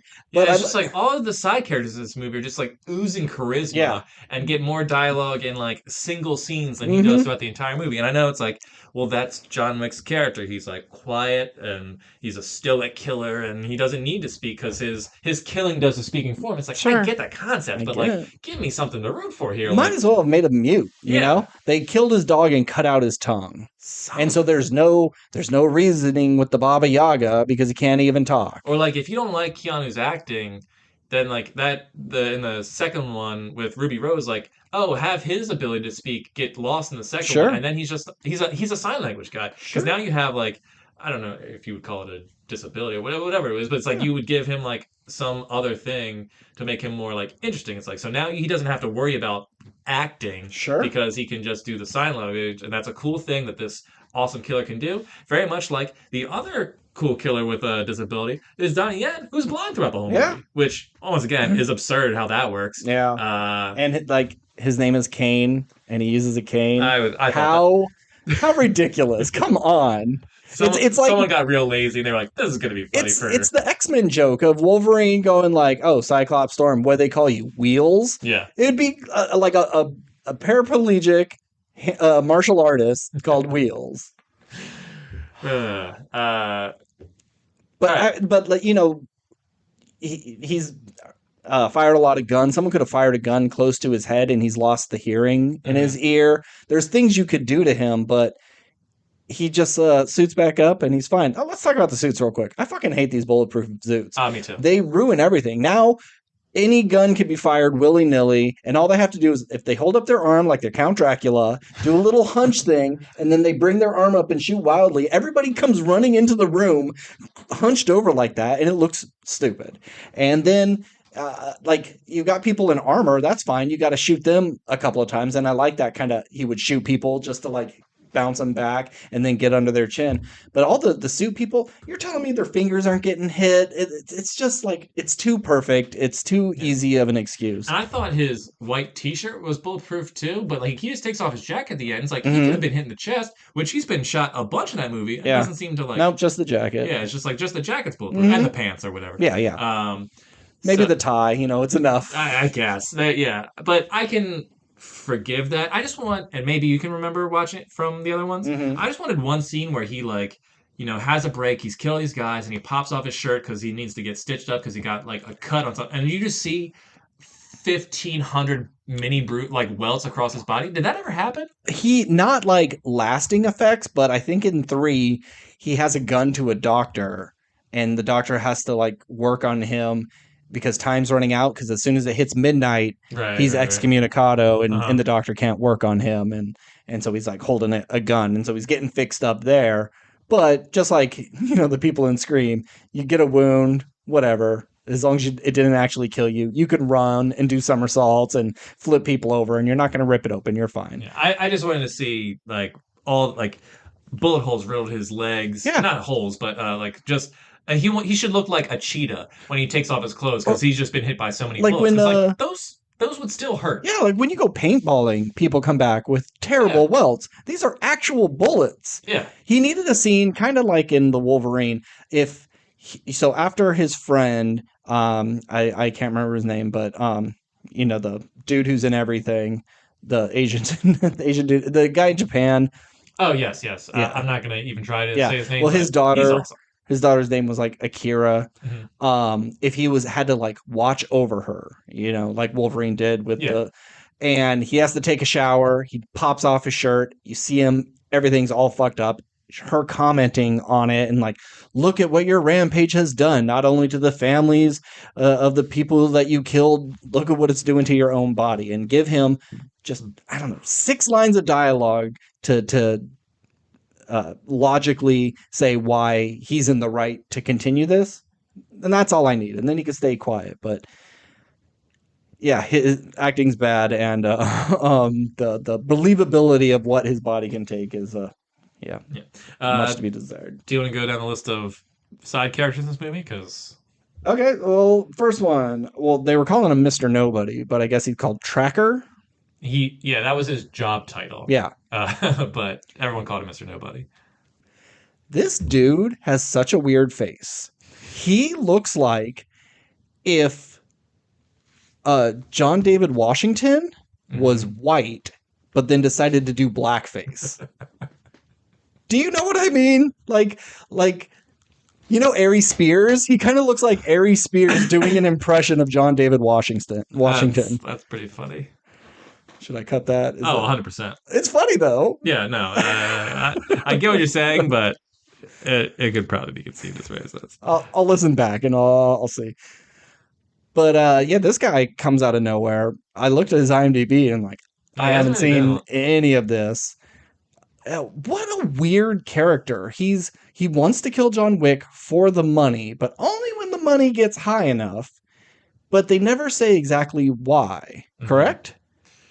Yeah, if I had to get, and maybe it's like in that notepad and you're supposed to like get clues from Sure. that. My thought process was like he has like a family member Who or needs something that surgery who needs and the surgery kind of thing. Because like, what else would it be? It doesn't seem Yeah. like it's like his retirement fund. Yeah. Like there's a purpose because you see like 5 million, 10 million. He's like trying to cross it out. 'Cause, like he's saving money. It's at like 18 million, and then when he talks to what's his face, he's like, oh, make it 25, and then they agree on go 23. That's only like 5 million more than the 18. Is it really that important? 18 million is a lot of money for a man and his dog. But you can see he wants to get to 50. That's what he's saving. Like the top line, like big red was like 50 million. So like that was his goal. And so like at the end, I think the last thing he was like, give me 43 or something like that. Like he like doubles it, and it's like, I know you have the money kind of thing. So I think like, yeah, that was his goal, was to get to 50 million. He had some millions saved, but his goal was to like get to 50. But then after he says like, hey, I want it to go up, he's like, okay, fine, deal. But then they make an announcement over the radio to all the hitmen that it went up to that amount. So it just seems like, why is this character having a special deal with because he's only going to have to pay that money once. It's whoever kills John Wick is just like, I'll give this to you, but it's also going to go out to everybody. So it's just like, yeah, but you go out to everybody and they all have a chance for 50 million. He's only going to pay one person. I just don't know why. I think it was just like, if I'm going to lose this money either way, I'm going to increase my chance by having this guy and everybody go after him. See, I think he needed to be with like 2 other people, not like there as a group, but what's Skarsgård's character's name? The Marquis. The Marquis. So the Marquis brings him and 2 other people and go, you guys have been out of commission for a minute because while John Wick was doing his whole rampage, you guys were off doing missions, whatever. So you haven't had to be a part of this. You guys are fresh. He's worn down. You're the best of the best. Yeah, I know we have it for 18 million for the public, but I'm going to offer you guys the 50 million or the 40 or whatever it is, because I know you guys can get the job done. Then you get a couple of mini bosses for John Wick, and one of them has a change of heart, trying to keep him alive or whatever. But it just seems weird that he's coming at him, hey, I'm just like all these other motherfuckers, but I deserve more. And he agrees to it. It just seemed like a weird dynamic that they had. It feels like it's a rewritten part, and they didn't know how to rewrite it. Yeah. I mean, I really enjoyed this character, and I think it definitely lends itself. Like, I think it works so successfully. Like, you could definitely do the John Wick universe, and he'll have his own movie, and I think that could be pretty cool.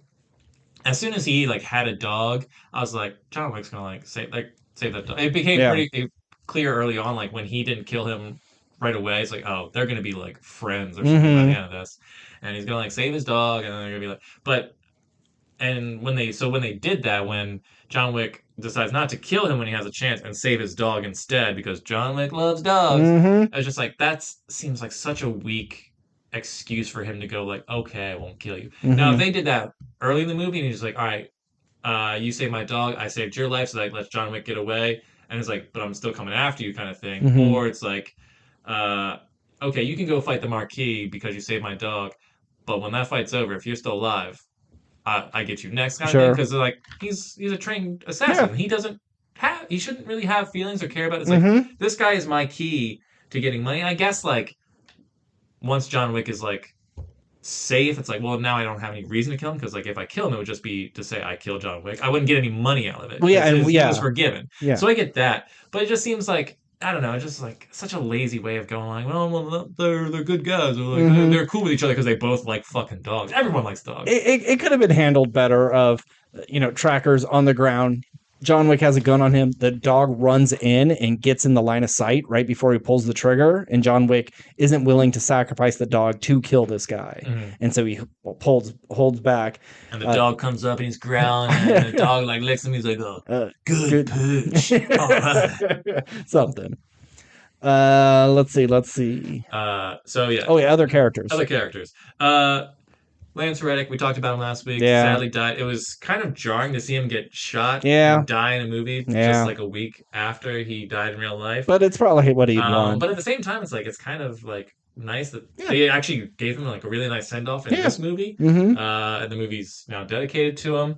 And kind of like they even have a scene where like I didn't know what to put on his gravestone, so I just Mm-hmm. put friend because that's Mm-hmm. what he was and summed up his life. I was like, Yeah. that's actually like kind of beautiful. Yeah. Like if you're gonna like die in a movie, it's like, and that's gonna be your last. I don't know if he's done other films. I think this was his last completed project. One, yeah. So I think it was a very nice send off for him. Uh, Ian McShane as the Continental manager, who's Mhm. been in all of them, like Lance Reddick. I never really cared for Ian McShane in anything. Like he Yeah. keeps showing up and stuff. I'm like, I don't like this guy that Mhm. much, and I can't really say what it is about him.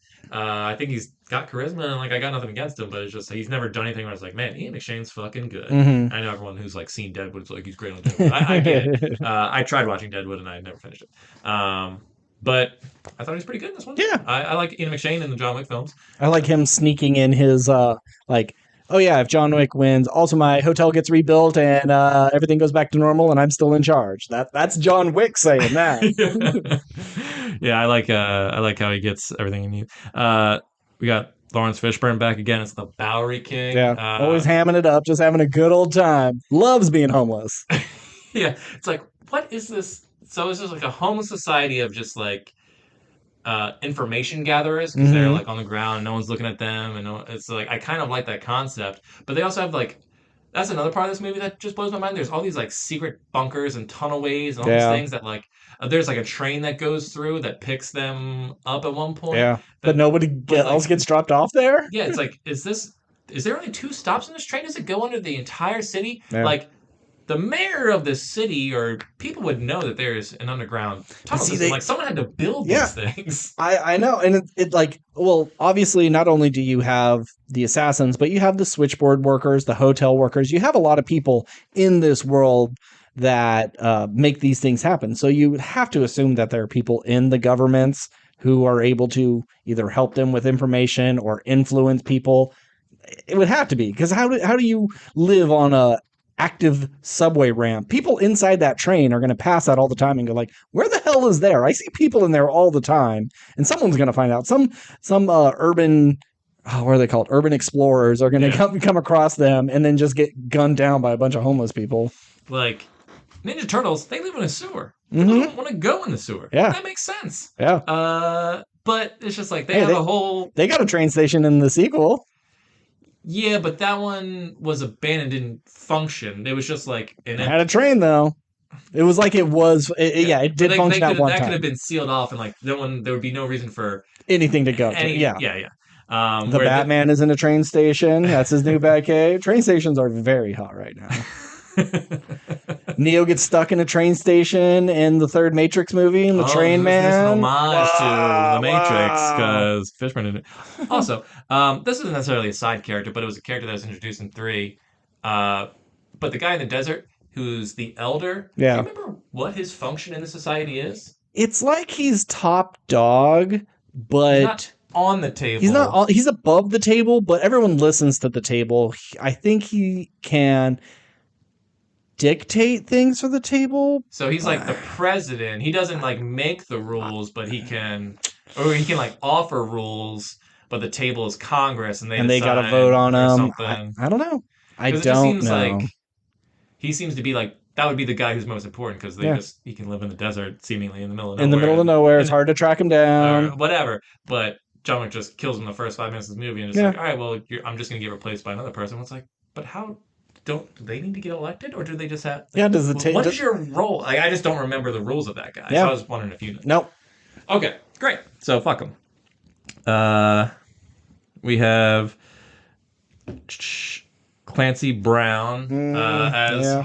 the Harbinger. He's just Harbinger. like I would say the person the table sends to like be the voice of God Sure. essentially. But they had someone like that in the last one. It was a woman. She came in and like the SWAT teams had to come in and take them all out. She was in charge of them. So it seemed like they already had someone in this position. Maybe they have multiple. You know? Yeah. People die a lot. Or that's like someone in charge of making sure that actiony stuff is done, and this is more of a bureaucratic guy. Mm-hmm. We have Hiroyuki Sanada as Shimazu. I apologize, I get it, but he was the Osaka Continental Manager. Oh, and Scorpion, right? Is it Scorpion? Yeah, Scorpion? yeah. Yeah. And the guy that Hawkeye kills in game, and his daughter Rina Sayam. Who played Akira? Akira. I guess she's a pop star, and this is like her first thing. I thought she was great. Yeah. I thought her like bow fight scene was a lot of fun. It's just like tackling a guy to the ground and being like point blank above the face is really cool. I like she got someone in the knee. Mm-hmm. And then like John Wick shot him, and then he fell backwards, and he was just like, dangling. Yes, that was a ton of fun. Yeah, someone got like pinned against the wall in their stomach, and then in the head, and just the kind of ragdoll effects were really effective. Mm-hmm. You knew those shots hurt.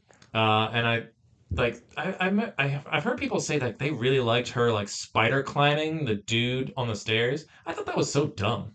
So like she was fighting a really big guy, and she like I think stabbed him away, or shot him, and he was like, and she like didn't have any bullets, so she pulled out like two knives, and he's like climbing up the stairs, like crawling up the stairs, and she's just like stabbing him in the leg, and no, I like that. Yeah, but that's another thing that I don't understand about the suits is like they're bulletproof, but they're not knife proof. Maybe it's like a high velocity thing. It stops that. It's like in Dune with the shields, you know. But that's a science fiction-y thing that I can like kind of didn't science invent these suits?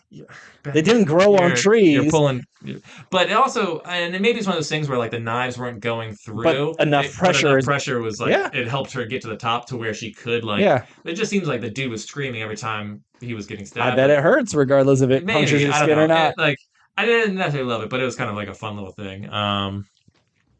But yeah, so she was great, and Scorpion is great and everything. Yeah. He always just plays like the Japanese warrior guy and stuff. Yeah. But he's so good at it. Yeah, he really is. He's such a good actor. I want to see him do like a romantic comedy. I want to see him like be really like cute.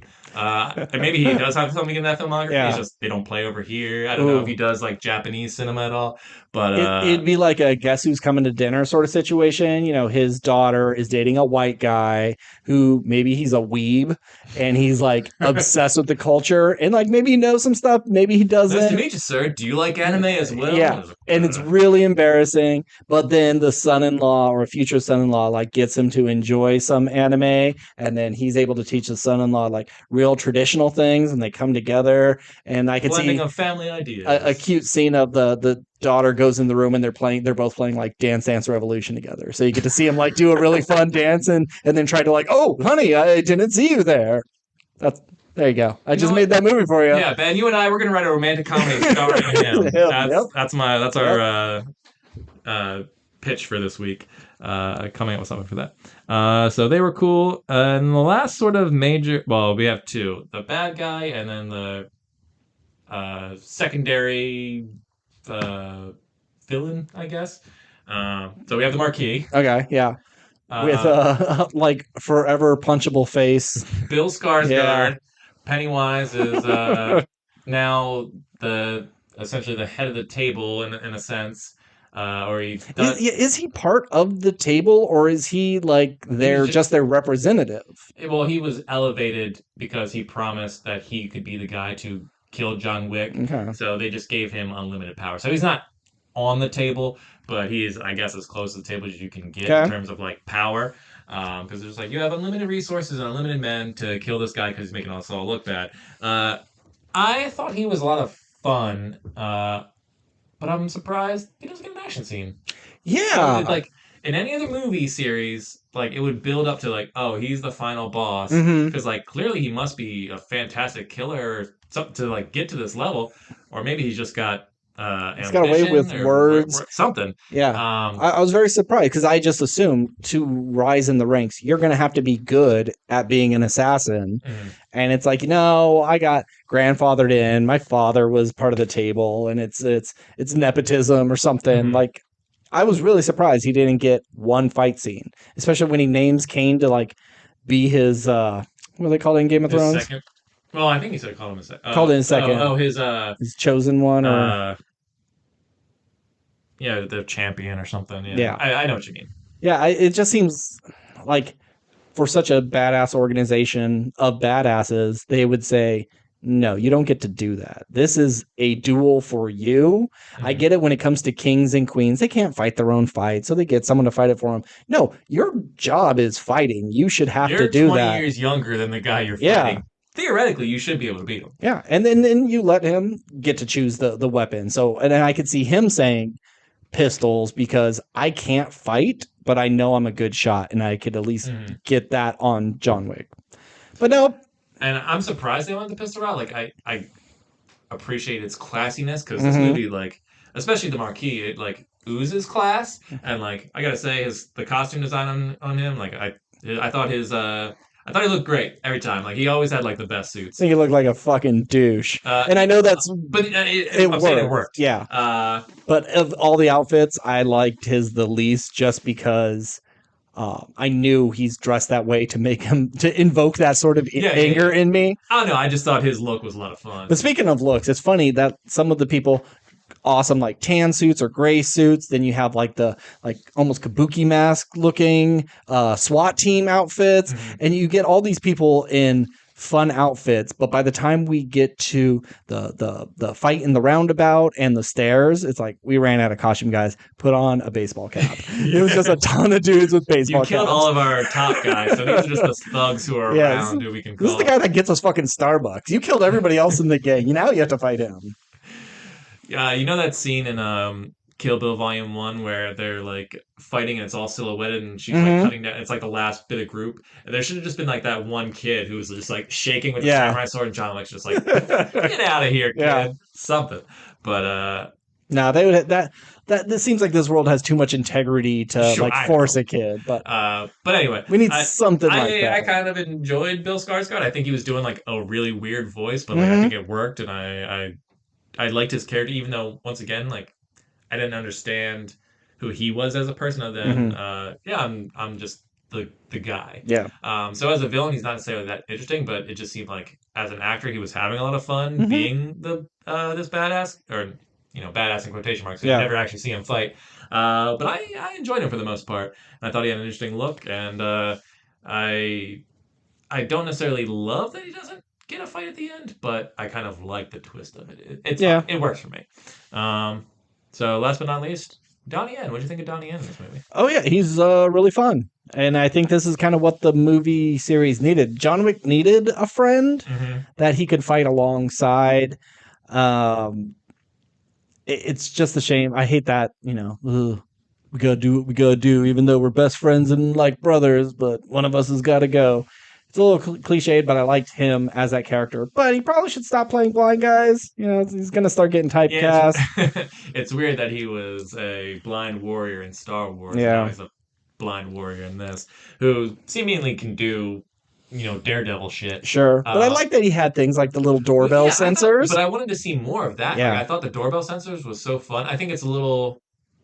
I mean, I guess you could say that it would place based on where you put it. Okay, they walked by it, so that'd be around shoulder level, so I could probably hit them in the head based on that. Yeah, I know the general directions where they were. I know I placed that one taller, so his head had to hit. This is where the sound's coming from. I aim there. These Uh, are lower ones. I know I got to but his stay. ability to like fight people, Yeah. it's like he still needs to hear movement because like John Wick is breathing heavily in front of him Mm-hmm. at one point, and he can't.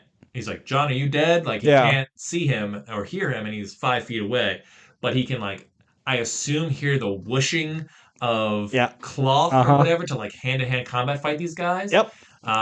Although my favorite thing that he did in this movie is he throws a flash grenade and he doesn't have to like look Yeah. away because he can't see it anyway. I Yeah. thought that was kind of That was fun. good. So I like that bit. Yeah, I mean, I thought he was badass, and blind warriors are always fucking cool, even Mm-hmm. though that they may not make any sense. But I like that they did give him the doorbell stuff.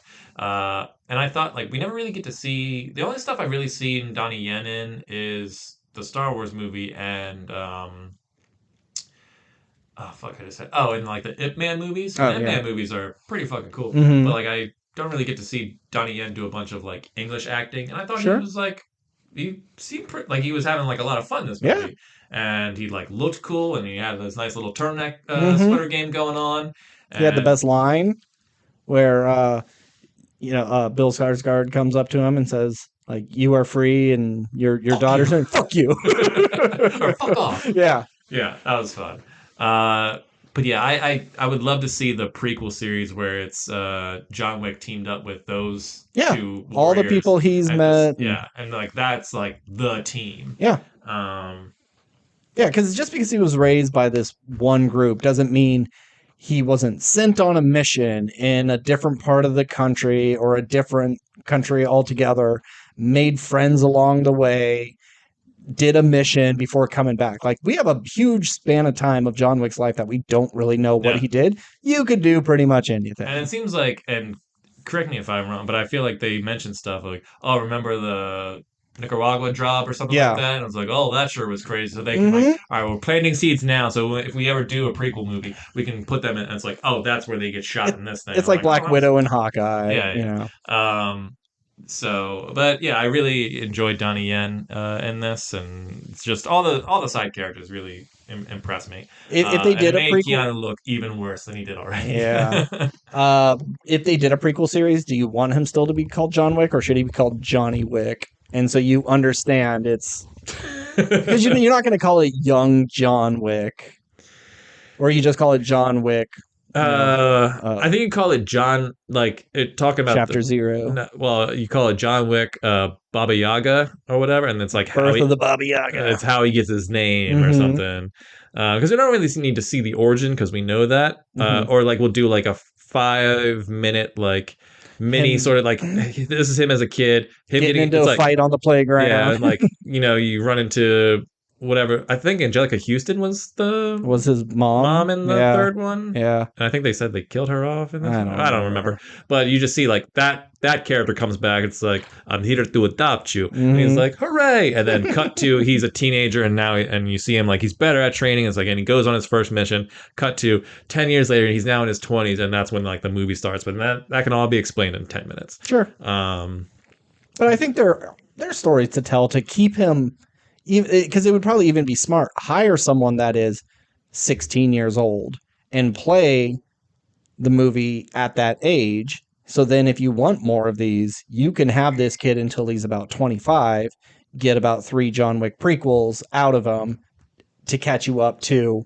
No, when he meets his wife. you can hire him at 25, and over 10 years he can do 4 movies or whatever, and he'd still be 20 years younger than the guy who's currently John Wick. It doesn't really matter. You don't need to hire a 16-year-old. But there was a post-credit scene. Did you see that? I went on Wikipedia. I had a feeling there was a post-credit scene, but we left once the credits started. I was like, let me just go on Wikipedia. So like I read what happened. Yeah. But like that's the next spin-off thing too. Yeah, but Also Ballerina with Anna de Armas is happening. Oh yeah, that's right. So there is. Was she in one of these? So I guess from what I read on Wikipedia, there was a ballerina character in the third one, or at least like kind of that maybe he like had like one scene where they like talked to her, but it was just like you saw ballerinas like training in the background, and they just recast as Anna de Armas is essentially that character now. So and then maybe she's the same character she was in Bond. Maybe. And you bring it all together. She's getting so much work. Yeah, she's a lucky duck.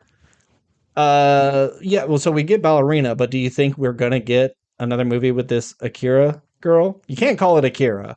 That is already something. That wouldn't stop them. But yeah, what do you call it? John Wick 5 Akira?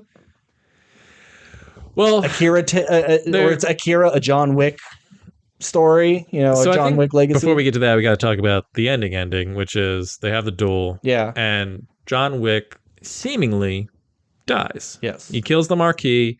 He does a fake out. He doesn't pull his trigger. So, yeah. You never saw Cowboy Bebop, correct? No. Or you did? I almost started it last week. Oh, really? Yeah. So I don't know if it started like a decade ago, whatever, but before the Cowboy Bebop show came out, there was a long push of just like, who should play Spike in a live action movie? And everyone said Keanu. And at the end of, spoilers for Cowboy Bebop, I guess. Fine. Okay. So at the end of Cowboy Bebop, what happens is Spike fights a man from his past who has become the leader of this like shadow assassin-y organization, and they have essentially a duel. He's got a sword, Spike has a gun, and basically he's able to kill his like arch nemesis. And then he walks down a set of stairs as he's like bleeding out because he just killed a bunch of other like henchmen and assassin guys.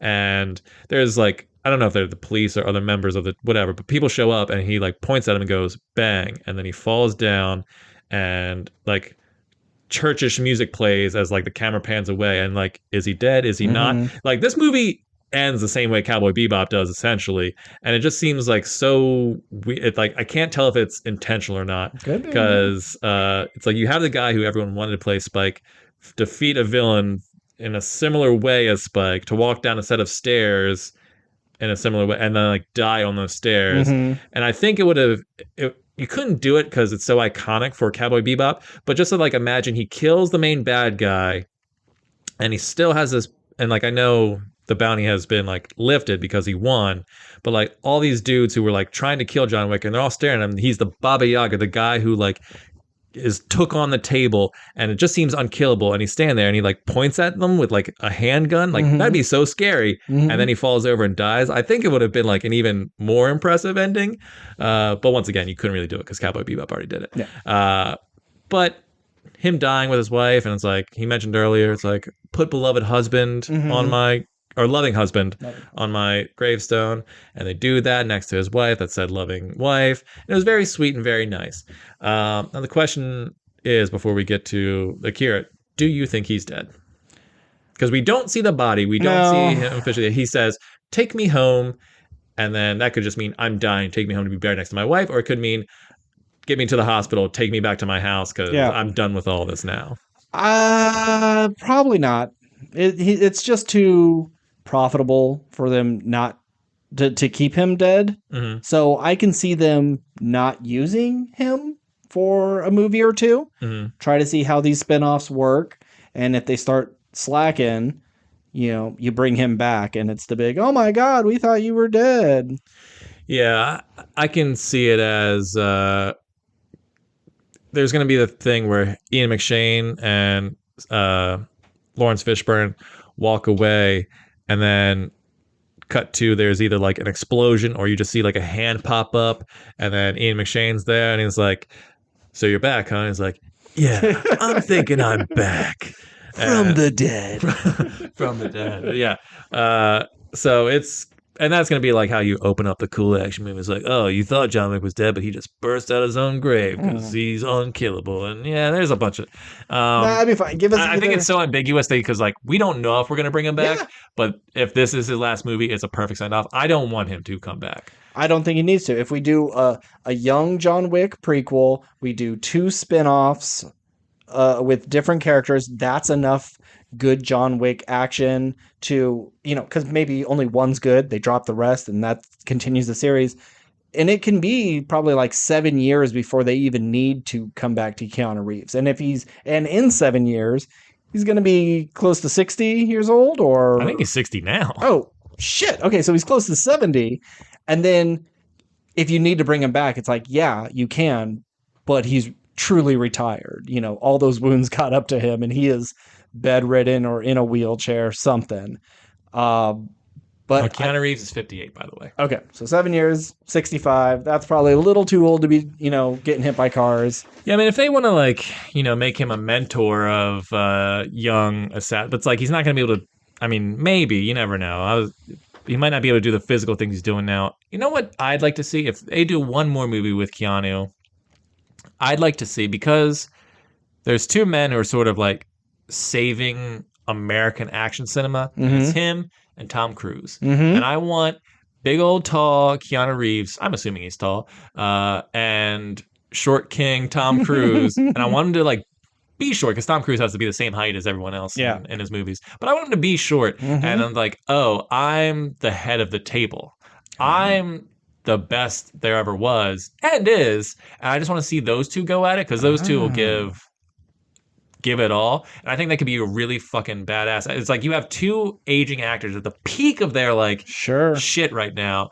And just Tom Cruise just being like playing it up as like the bad guy, I think would be a ton of fun. Yeah. And just like, yeah, I'm the table. It's like you thought it was like all these other people. I'm the guy. He's the Wizard of Oz. Yeah, you think there's a table, but no, I'm the puppet master to everything. You kill me, you can take my spot or whatever. And they fight it out and they do like they fight in planes or something. Like they're no, I don't want them to take it that big. No, I like how ground level it is. Whatever they do, but you can see Tom Cruise doing everything Keanu's doing, and I think it'd be really fucking awesome. And that seems like the next logical thing. Now that I'm free from this burden, no one's coming after me, I could really plan to get after the high table and stop them. But does he really care that much about stopping them? Like, he wants to stop the people trying to get him, but if they are saying you're good, would he be okay with that? I don't know how you would necessarily justify it, but I think that would be the thing. Like, that would be the crux of the movie. Is like, if John defeats him, it'd be like a Riddick thing. Like, you take what you kill. Yeah. It's like, you defeat me, you are the high table. It's like, that's kind of how our power structure works or whatever. It's like, I'm going to kill you and then dismantle the table. It's like, well, you can do that. But if you dismantle the table, do you realize, like, we run so much stuff, you would collapse the world. It would go into chaos. Like, you would be the greatest killer of all time because you're destroying everything. And it's like, then Keanu has to or John Wick has to decide, like, well, do I become the thing this kind of necessary evil this quest, because like I'm sentencing more people to like an awful situation. Sure. And then you have that dynamic. It's like, does he let Tom Cruise live? You're introducing moral dilemmas into a movie that doesn't even have plot. So you're thinking real big picture, and they don't want that. It would just be him, jumping out of his grave and just being completely healed. I'm not saying I want him to actually jump out of his grave. I just see like that being the movie thing they do. Yeah. But I'm just saying, I don't want Keanu to come back for these movies. I think his story is done. I like how it ended. But if they have to, if they're going to, bring in Tom Cruise as the ultimate bad guy villain and wrap that up. And that's how he defeats the high table. Even if it's not just Tom Cruise, you fill that table with, your Chuck Norris's and but put him in heavy makeup, that you can't recognize them, and like, this is the table of action stars. It'd be John Wick's Expendables moment. You get your Schwarzeneggers and stuff, but you hide them enough under makeup. Too much. I think it'd be too close to Expendables and too distracting. I think like I like the idea of like, oh, you get all these old guys, and then Keanu's like, I'm gonna destroy all of you, and you like whatever Punisher storyline is, he kills the universe and then kills himself because like Okay. I'm the last bad guy, and so like all the old guys, we're done. It's now for the new generation. Then you see like Mr. Nobody and Akira, and like maybe they become the table or like Okay. something like that. It's like it's all about the new generation coming up. But I'm not saying I want that. I think, yeah, it's either like Keanu takes over the table, but he appoints all like his sort of cohort friends, like we're gonna run this better than they did, and maybe they'll get corrupted, maybe they won't. Sure. Or you just get a bunch of like celebrity cameos of like fun people. It's not, you're not gonna get Schwarzenegger. It's just like Probably. do action stars of today or something. Yeah, because it doesn't yeah. make sense to have just a bunch of old fucks who can barely move their face because they got so much plastic in them. No offense to anybody who gets plastic surgery. I just mean I don't care about seeing Stallone and Bruce Willis show up and they're like, oh, we're part of the table. It'd be a little too on the nose for me. All right. I think that's enough John Wick talk. We can move that to the back half if our conversation about D&D is. It's fine. We got to go in order of release dates. So we got to see, because we're VIPs, early screening of Dungeons and Dragons, Honor Among Thieves, which I realize its acronym is Dad Hat. So we got to see Dad Hat today with a smaller theater, but pretty full. Most of the seats taken. I know you were excited for this, right? I was. But you haven't seen the original Dungeons and Dragons with Marlon not. Wayans. It's on the agenda. Okay. I know it's one of the worst things ever made, apparently. It was pretty bad. I may have even mentioned it before, but after we watched it, it prompted us to write our like top 10 worst movies of all time with our friends because we never really put it on paper, but it brought out enough in us to go, we need to do this because it's really, really bad. And I know some people are like, oh, that doesn't give me high hopes for this new one. Okay, it came out in like 2000, 2001. No, I think it was 2000. It was 2000, yeah. We've advanced quite a bit.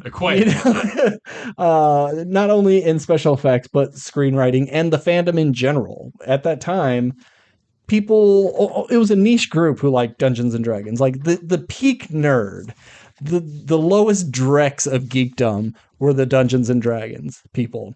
Maybe they were a little higher than anime, I would say. For like my high school days.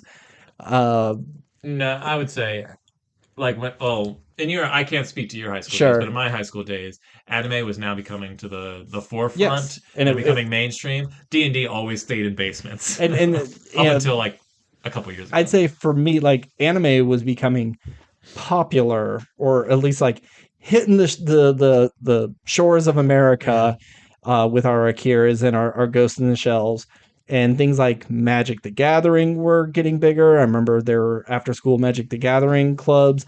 So I think anime for me, if you were two dorks, an anime dork and a D&D dork, and you approached the pretty girl, she would probably, and if she had to pick one, I think she'd pick the D&D person, because the anime person, that's like, oh, you like cartoon porn.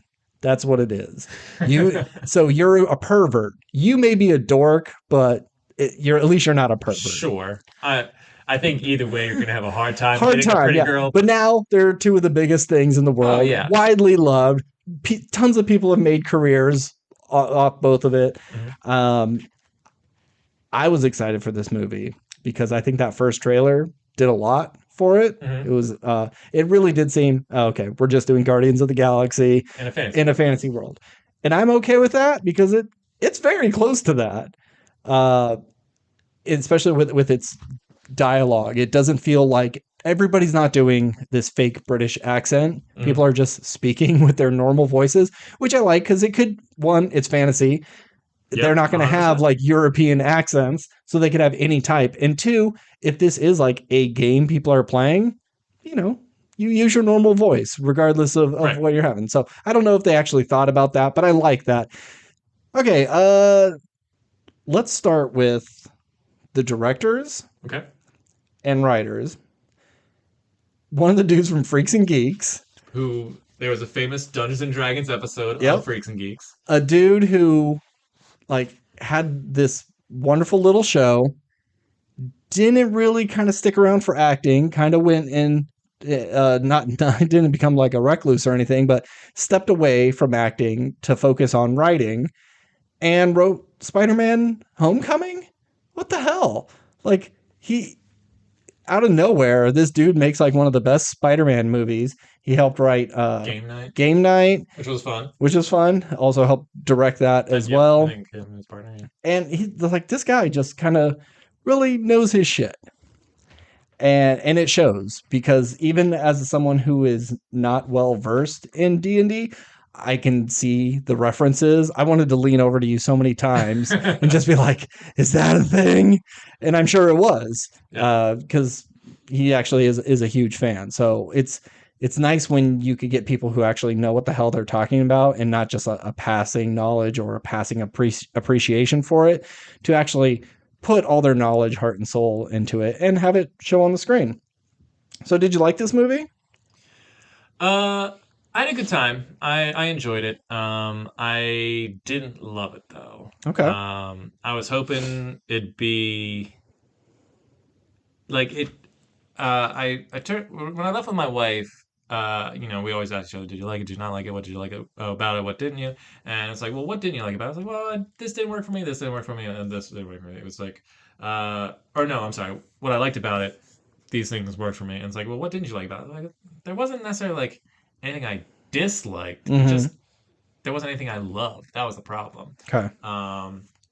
So I think the first 10, 20 minutes of this movie, I was like so over. Like, I don't love long narrations. Okay. Like him telling his whole backstory. It was like, it just felt like it went on forever. It was just too much narration for me. Okay. Because it was just like, here's an exposition dump. And I know it's like, it's a fantasy world and you got to kind of like establish a lot of information, but it wasn't like necessarily establishing the world. It was just establishing this guy. Sure. And one of the classic things about D&D is people like, oh, and they're going to come up with this huge, long backstory to a character who's level 1. It's like, oh, well, my character did this and fought these people and slayed a dragon. And it's like, but they're like level 1. They don't, I can throw a punch and they can die. That's absurd. So, like, if that was the intent, that is accurate.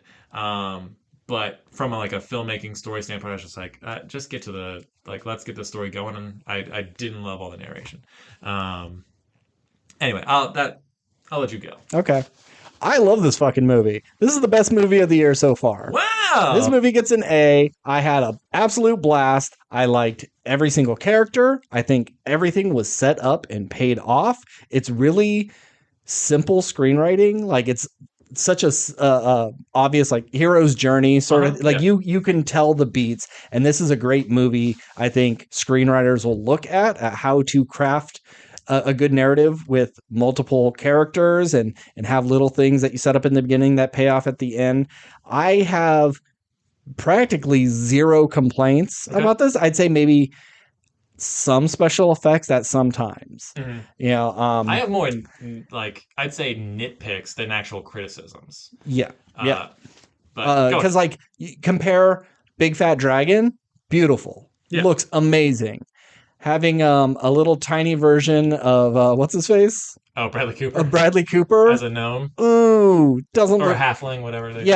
Whatever they were. Specifically, doesn't look great. They didn't do any sort of forced perspective like Lord of the Rings. Oh, I was thinking about that when he was in that scene. So spoiler: Bradley Cooper's in this as like a fun little cameo.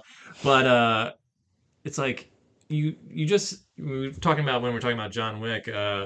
Dungeons and Dragons, 2000 was a long time ago. It's like, but then 2001, you have Lord of the Rings, which is like a masterclass in forced perspective and how to make things look small in comparison to someone and just all that stuff. And it's like, this movie doesn't try to do that. No. It's like, we're going to put Bradley Cooper in a giant chair, but everything else around him is just going to be CGI. And it's fine. Yeah, because it works. You save the budget for your crazy cool dragon sequences.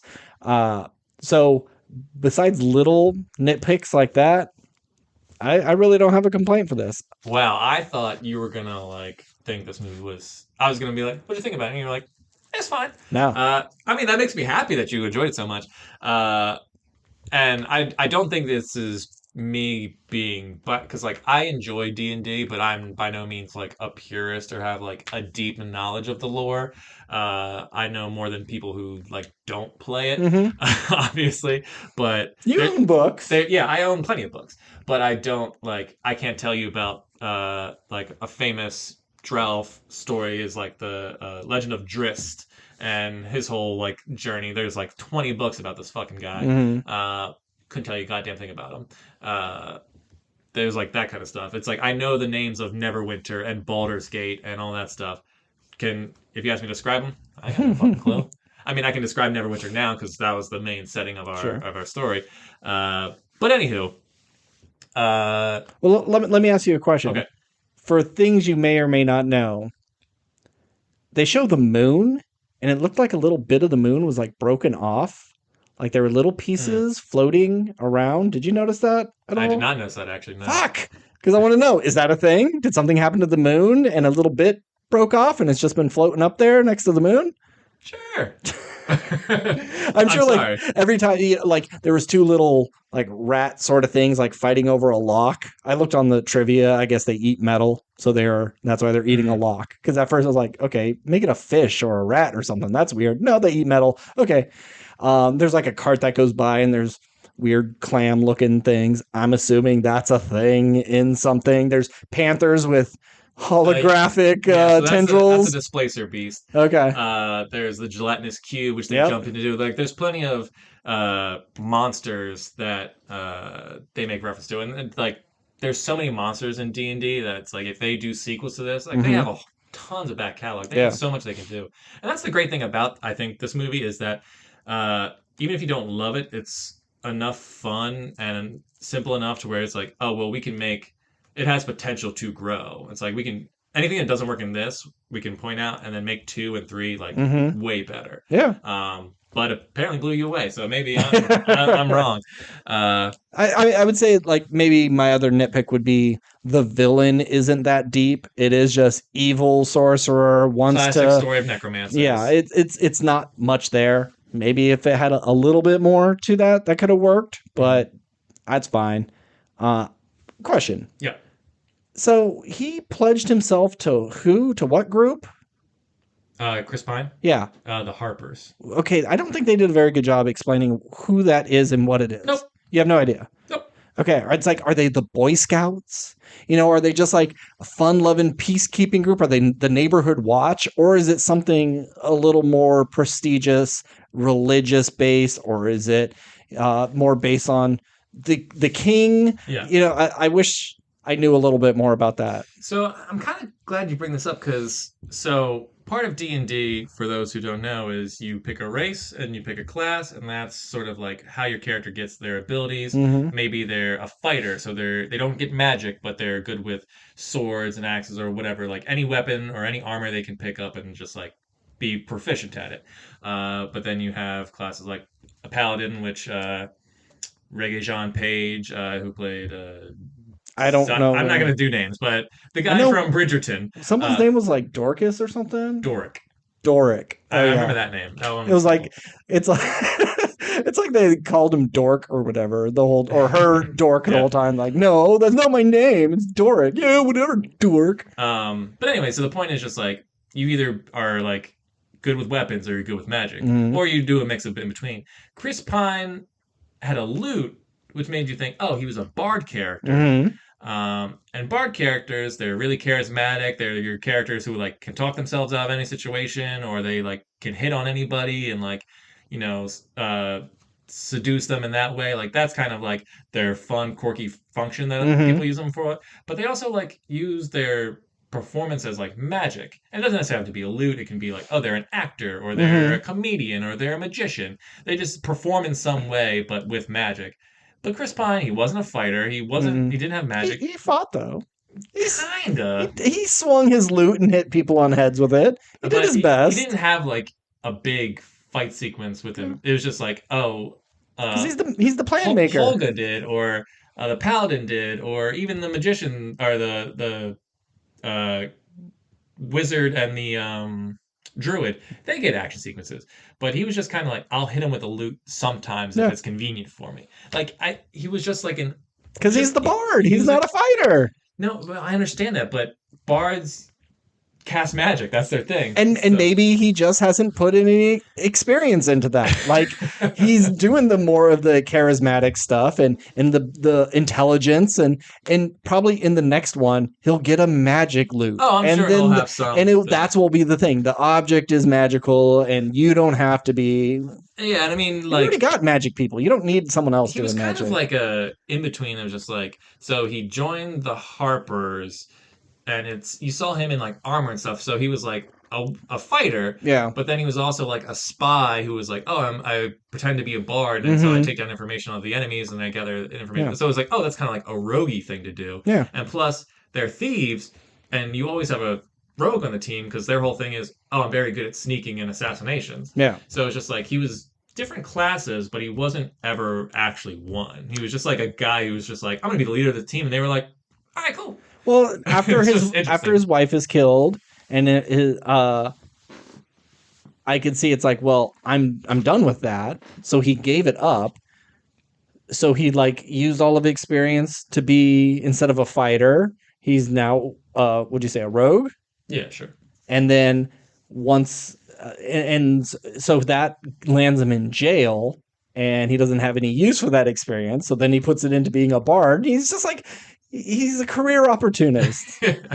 I mean, there is multi-classing. You don't have to be one thing. You can take other classes, but you get those abilities. He has no magic. He has limited fighting ability, and his charisma only goes so far. So you think, okay, because there was a scene where they use like pretty much a hologram of him, and he like starts glitching. Mm-hmm. So if he would have walked up, did a little song, and maybe the words he was saying cast a spell to kind of make them let's say like hypnotized. Sure. But then he fell on his ass and he broke his loot and the spell broke. That would have worked better, and that would have been enough? That's a classic D&D thing. It's like, okay, well, the mission is we need to get past these guards to get this item. How do you guys want to do it? So it's like you could fight them, you could do something to distract them or put them to sleep. You could set something on fire so they run away, and it'd just be like, okay, well, I'm going to go up to them and perform a song, and my song is actually a spell that, like you said, hypnotize them. Oh, I rolled a 1. Mm-hmm. That spell fails. They see through my thing, and now, we're in a fight. Now we got to run. That's a common D&D. I mean, they pretty much do that, where like, oh, you cast this illusion, you rolled a 1. Yeah, okay, your foot got stuck in it. Yeah. But it would have gone more for that character being a bard if that was his magic. And it's fine. I like Chris Pine in pretty much everything. It's just weird that everyone was a discernible class, and he just seemed like a dude. So that was just the weird thing for me. I'd be interested to see if the directors like have a class for him. It's like, oh no, we purposely made him classless because he's the everyman for the audience. I think they made class sheets for all the characters in this. I think the people who run D&D. Okay. I mean, it Wizards of the Coast? Is that them? Wizards of the Coast? Yeah. I think they like in cross promotion sort of thing. They did make these sheets for everybody. So I bet if you look it up, you can get a true classification of what he has. And maybe it could have been something of, well, we want a bard, we want a rogue, but the team's big enough. So let's just like, he could do both. Fuck it. We don't need them both. So one of the other nitpicks I have, I didn't really get into the first half of this movie. Like I said, I don't know necessarily what it is about. I don't know if it was like pacing or what. Like I was enjoying it for the most part, but it was like the back half that really like kind of sucked me in. Just because like I think once they got past the explaining everything and setting up and like making references to stuff and just got into like the action and the story and like the end game stuff, I was like really into. So basically, from like when they ran into the paladin guy, from then on, I was like, I'm into this movie. What about the corpse? Revitalizing the corpses. Oh, I think that's the funny scene in the movie. Okay. I really enjoyed that bit. Because that happened before the Paladin, right? So maybe right before. So okay. So I'd say, yeah. So that scene from then on. I guess those guys are the Auntie Donna guys. Oh, the really? Corpses, yeah. I mean, I saw a clip of them doing voices for it, but I couldn't tell if it was them doing a parody of, oh, this movie's coming out, let's just say they did it, and then they say a bunch of like funny lines, or if they actually are. Because I was listening for it, and it sounded like it, but I can't. It may just be my brain confusing and wanting to believe that. Well, it's just like this movie is very joke heavy. But I sat next to you, and you and I and my wife, none of us really laughed at all. There was a couple that got No. me. I was like, I gave a light chuckle. I was like, oh, that's pretty funny. But But I found this to be very funny, but just not laugh out loud funny. I was fair enough. smiling most of the time because the jokes weren't cringy. Mhm. They felt just like natural jokiness of how people talk amongst their friends. Yeah. It wasn't set up and payoff, set up and punchline. It didn't feel like marvelly in that way. Okay. Like they could have made Michelle Rodriguez even dumber and made her, because she like would say some funny things and because she's getting stuff wrong, but they could have really gronked her up and made her a complete idiot, and then it would just been kind of eye rolling. But it's like she's smart enough, but also dumb enough. I liked all the comedy in it. It just wasn't jokey. Yeah, I think the biggest what's the word I'm looking for? The biggest advantage and disadvantage of this movie is how safe it is. It's probably the most unoffensive, big budget action adventure movie. Yeah. I think any age can see this movie. There's a couple of shits, but other than that, it's like it's not overly violent. No blood. It's filled with people of like different colors and races and just full of weird things, and that's a classic thing of D&D, as it should be, but it's never like beating you over your head with anything. It's not. It does. I think it doesn't offend. But Fox News told me that D&D went woke, and that this was woke propaganda. It's all the devil. The devil is warping our kids, as the '80s said. And all they mean is like there are women of color in this movie, so it's woke. Sure, because those people don't exist in fantasy, in fictional worlds. But.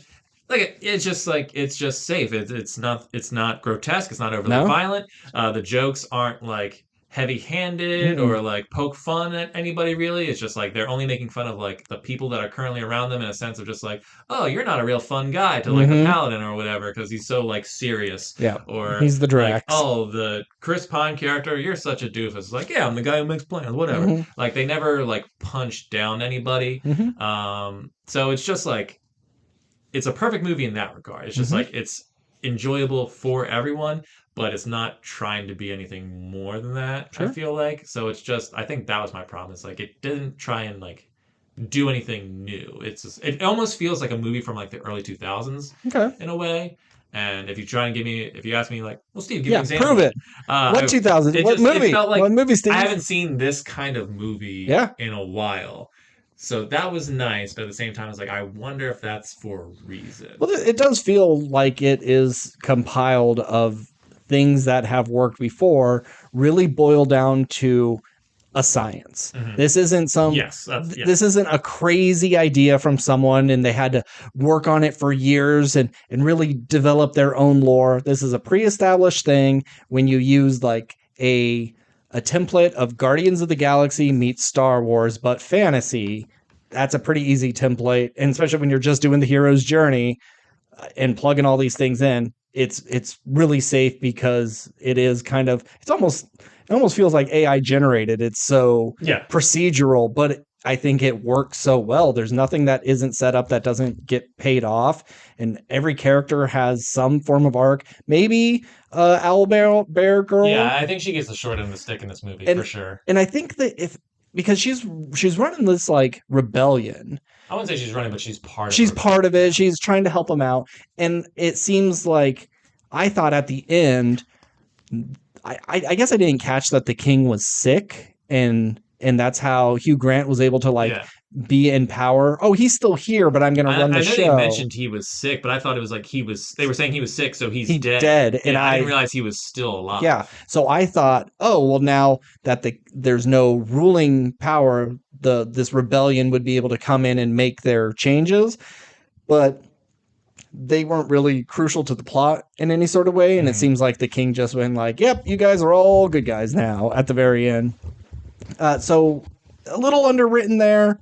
It would have been nice to see kind of what they're doing, how they're undermining. Yeah, even the Red Wizards or whatever they were, like I didn't like I understood like their plan was to amass an undead army to like take over the kingdom, Sure. which was just a very generic. Like I It had could, to have been more because remember she was like talking to that painting, and there was that something in the shadow. yeah, I thought that was gonna be like supposed to be a Vecna character, but it's Yeah. like Vecna's been done so much in like other media. It's like I didn't want them to go down the Vecna route, even though like he is kind of like, especially now with Stranger Things, the most famous Yeah. D&D villain. So I was just like just don't do Vecna. Yeah. But then like nothing ever, he didn't come back, and nothing ever came of. It's like the Emperor Yeah. in Empire Strikes Back. You know, he shows up and he talks about it. Save him for the next one, which I think was smart because after they defeated her, it'd be like, oh, I got to get out of this. Whatever. Damn that band of hooligans. I mean, this movie just moves so fast. It's like you So see fast. so many locations, you see so many things, and they don't really explain them, but they do I it can in a great. follow it. But I can follow it, yeah. So it's great in that regard. Like I was never just like confused, but it is a lot of like, it's just scene to scene to scene to scene to scene. You're somewhere else, Sure. and it like, but But you don't it- have to explain it. And But it all it's so builds to like it all Yeah. makes sense. And when you get this in a movie and they're like, oh, you got to get the helmet to do the thing. Like, well, the big thing at the end is the heist. Mhm. And we know we're going to be doing the heist. So we know we're going to get this fucking helmet. So you know everything in there is kind of low stakes. You know your characters are probably going to make it. But I was so engaged with every little thing they had to do just to get up to the heist point. I loved all that stuff with the mirror. That mirror fastening it to the bottom of the station. Well, see, that's what an amazing scene. I think that's why I was so into the back half. Is I like all the heist stuff. I think the movie is at its best when it's thieves thieving. Yeah. Especially with like magic weapons, because we've seen so many heist films. We haven't seen a ton of heist films with like magical items. And like a big thing about playing D&D is like you give your players magic items, and sometimes they can use them in ways you don't expect them to. And so to like pull off a heist with these magical items, like that was a lot of fun to see. I also loved Doric, her wild shape chase sequence. Like, oh yeah, I thought that was a ton of fun. It was just like one long take where she's like, fly, and she has to escape, and then she turns into a mouse and she's dodging guards, and then she like jumps out of the castle and then turns into a bird, and then she's flying into a around, deer, and then turns into a cat, and she goes through a chimney that runs outside, and then she turns into a deer. Like it was just a really, really fun bit that you really get to see like magic being used for a long period of time as opposed to just like fireball. So I just really enjoyed that bit, the bit with the mirror, and like, oh, even if it fails, oh, we rolled, a 3 and the mirror flipped over. How are we going to get out of this? Like, all right, well, I'm going to dig on this while you guys work on this other thing. Like, it's clear that they played the game and understood the assignment. Do I think this movie's an A? No, but I think it's a perfect, it's a perfectly crafted adventure film that I would happily see a second one. But I just think there's some tweaks for me personally that I'd like to see more. Also, we talked about practical effects. Big fan of practical effects. I like the look of the Dragonborns. I thought they looked cool. The Tabaxi, which is the cat woman who the fish ate, looked horrendous. Yeah, that was a sea level furry suit. Yeah, that was something from like the 80s. That was like dark crystal looking thing. Yeah. That looked bad. But then you also had like a full CGI Aarakocra, which is like the eagle thing, Jonathan that they tossed out the window. It wasn't Jonathan though. It was a like, variation of yeah. It was like Jornathan. Jonathan, yeah. But so it's interesting that they chose practical effects for some and not others. Yeah. And that was weird. A fish swallowed a cat person baby, and then they just pulled it out. Yeah. That was such a weird. I could see that being a producer and going, "What is this? We don't need this. Cut this shit. I'm not building a practical fish and then 2 cat suits. Get this shit out of here." Yeah, can't he like? Can't the woman be giving birth to the cat woman be giving birth to a cat person, and she's like in so much pain, and then he comes over and like does a healing spell, and it's like, oh well, that was an easy birth or something. But I guess, and he can still look cool and like, oh, he's got magic and he's like super helpful, but it's like, no, I'm gonna pull this like cat baby out of the cat kid out of the fish. That made me laugh. That was so weird. But yeah, so can't think of any other. I think that potato. We won't get into what that potato throw was so odd looking. Didn't bother me. Well, you mean the slow mo and hitting him in the face? Like I think that was a bad visual effects shot, but it just like her. I can't remember what the line was, but her like doing it and like, "Don't touch my little one" or something like that. It's just don't touch my bug. Oh my, yeah, it just seemed like such bug, it was a big eye roll moment for me because it just seemed kind of dumb. But once again, it's like you play D&D. Sometimes you have to like give up your weapons, so you use an improvised weapon, and she chose a potato, and it worked. Like I understand why they make the choice they do. And it's like, and maybe for certain D&D players, they're like, "Oh, that's so cool! It's just like the game." But from a story standpoint and a visual standpoint, I was just like, "Oh my god, come on, eye roll." But I mean, I had fun. It's just I think I wanted more, but I can't really tell you what that is. I think you're asking for too much. I think Maybe this was filled with plenty of goodness to choose from. I mean, there's a good chance it might make my top 10 of the year. I might watch it again and go like, "You know what? Ben was right. There's a lot here." I just wish the villains were more interesting, and I didn't love the jokes, but maybe on a second rewatch I'll appreciate it more. I didn't. What? We just heard Dorcas. What's her name? There's Doric. Doric. Yeah. I didn't realize she had a tail until the last 15 minutes. And yeah, it's very subtle. Yeah. I think that's just a CGI budget thing. Yeah, it's easy to go, oh, she jumps on a horse. You just can't see her tail in the shot. Or she like curls it up. Something. But it's her belt the whole time. Yeah. Like, oh, I didn't even notice. But when they're fighting in that little courtyard against that stone dragon, I was like, did you have a tail? And then they showed it again. Oh, didn't even realize it. I'm glad you bring up the stone dragon stuff. Lots of dragons in this. Yeah. Well, we didn't really talk about like I think all the action scenes in this movie are pretty great. Yeah. Like the chase sequences are fun, but the paladins fight in the Underdark with those guys, he was like really awesome, and also kind of surprising. He just like walked away from the group. Yeah. Just kind of like this is like part where the DM like, oh, this is a character who joins you for this mission solely, and then he's going to leave because he's not really part of your party. You had a friend who came over, wanted to join. You're like, oh, we're already in our campaign. Fine, you could show up. And then they're like, oh, my mom said I can't play with you anymore. And like, and he walked into the sunset. All right, let's move on with the story. Once again, they understood the assignment. But yeah, and I really liked the last fight sequences, especially when they all kind of like ganged up on him. Because like once you take out the henchman of the bad guy, it's really like however many people are in your party just just jumping the main bad guy, and so they're all getting turns until and then you have to wait for the bad guy to get their one turn. So it's just kind of fun seeing like them all move cohesively in one big shot and like all using their different fighting styles. I thought that was a really good action sequence and good camera choice for that part. Yeah. I really like the maze. At first, when you see it and it's all like doing the wave, I was like, oof, that's really rough looking. But once they're in it and we get to see, it purposely moves so it can become a maze and change shape. I thought that was really clever. I noticed it, but I couldn't put it to words. But the other prisoners that were in there, I was like, oh, they look like a typical D&D cosplayer campaign, but I guess they're the people from the animated series. I'm like, I knew that, and if you didn't bring it up, I was going to bring it up because once they popped up, instantly I was like, I'm pretty sure that's the cartoon. Yeah, and I was like, that's kind of fun. It was nice. You got to see like a dwarf and other races doing things. Okay, so I found it really funny at the end. So you have this blue wizard. What are they called? They're not wizards. The blue and red evil people. What is she? Warlock? What witch? What is she? I don't know if they call her a red something. I thought they were the red wizards. Okay, let's just say wizard. So it's like you have this blue wizard who's bald and wears this iconic outfit, mumbling in the corner, and these people are like, "What is she doing?"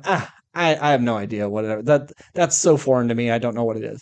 Then she just changes her outfit to red, and they're like, "Oh my god, it's a red wizard!" What a twist! Oh my god, I didn't see that coming. The outfit's exactly the same. It's just a different color. Like if a priest was wearing a hot pink instead of black outfit with a yellow collar instead of white, I'd be like, "Oh, that's a weird priest outfit."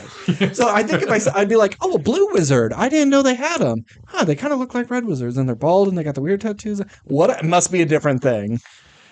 Yeah, I mean, it's one of those things where it's like you can't judge a book by its cover, but you're watching a movie and you're looking at someone, you're like, well, that's the bad guy. Like, Yeah. look at her face. It's Yeah. like, there's no way she's not like a bad person. Mhm. But one of the classic spells in D&D is like disguise self or whatever, which is like you can change the color of your clothes kind of thing. And so Mhm. it's just like that kind of thing. And so like I think you're afraid of people who wear the red clothing, but it's one of those things. It's like, oh, it's Superman without his glass, or Clark Kent wearing glasses. It's Yeah. like you don't notice it because they're not wearing the red thing. I don't think it was like necessarily a uniform that they all wear, but it's just like long robes that are red. Okay. As that's the only Okay. requirement. They don't have to Okay. have a certain design. All right. That's my It just reminded me of Pete Holmes' Batman when he's like fighting Two-Face, and then like the messed up part would be covered. He's like, "Oh, Harvey, I'm glad you're here. Two-Face is gonna attack," and then he'd pull out, "Oh my God, what'd you do with Harvey?" Good stuff. Yep. Anything else about this movie? I'm glad that they kept the love story to a minimum, and I'm glad they didn't kiss. I thought. Are you talking about Chris Pine and No, the magician and the Justice, tiefling. Yeah, the tiefling and the wizard. Yeah, Yeah, whatever he is. sorcerer. Yeah, something. I like that. It was just kind of a acknowledge that I like you. Yes, I acknowledge, and that's it. But I did think that Michelle Rodriguez and Chris Pine were gonna kiss, like after he brought her back to life, which I saw, coming a million miles Sure. away.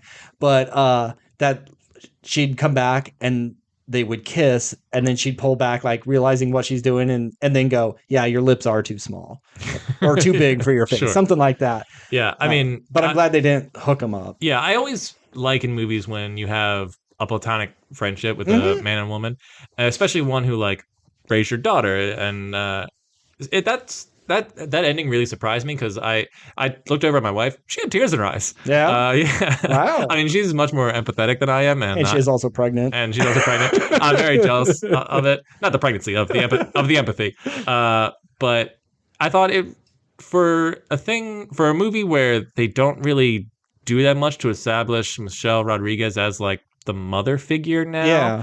And like they do a flashback sequence where you don't see any of those scenes in the movie. I mean, she comes along when the kid is really young, and there is some playing, but they jump pretty quickly. No, but I'm saying like the scenes where they're like dancing, that didn't occur in the movie. Mm-hmm. But I just like it worked despite you don't really see those things, and I was like, oh, this is surprisingly effective. So kudos for that, because I don't think they really gave Michelle Rodriguez they gave her great action sequences, but they didn't really give her character much. They gave her an X. They did establish that she left her tribe for this X and everything. So there's enough there that we'll definitely do more with her in the sequel. Can definitely explore more of these characters. Mm-hmm. I'm just saying, like, I didn't feel emotionally connected to Michelle Rodriguez's character, or mainly really any character in the movie, until that ending. I was like, oh, wow, they actually did kind of not make me cry or anything, but it's like, oh, that worked surprisingly well. And Chris Pine going like, oh, I did this for you so we could bring your mom back. Like, she doesn't know her mom. Her mom died while she was a baby.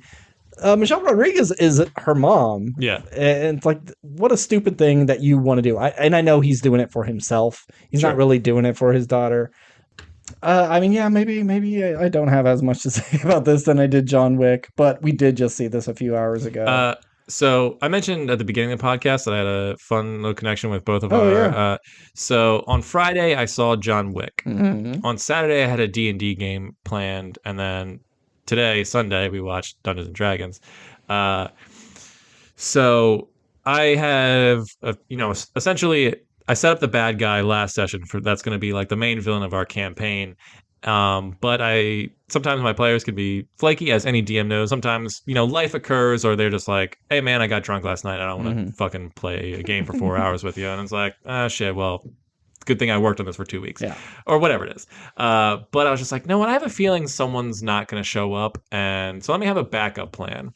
And so one of my players said they couldn't make it. And this session was sort of like, relied heavily on like their character kind of being there, but luckily my backup plan like kind of was able to like write them off so it didn't like fuck anything up. So initially what was going to happen, they were going to go to this other town and go to like the School of Necromancy to get information on the bad guy that sort of like betrayed them last session.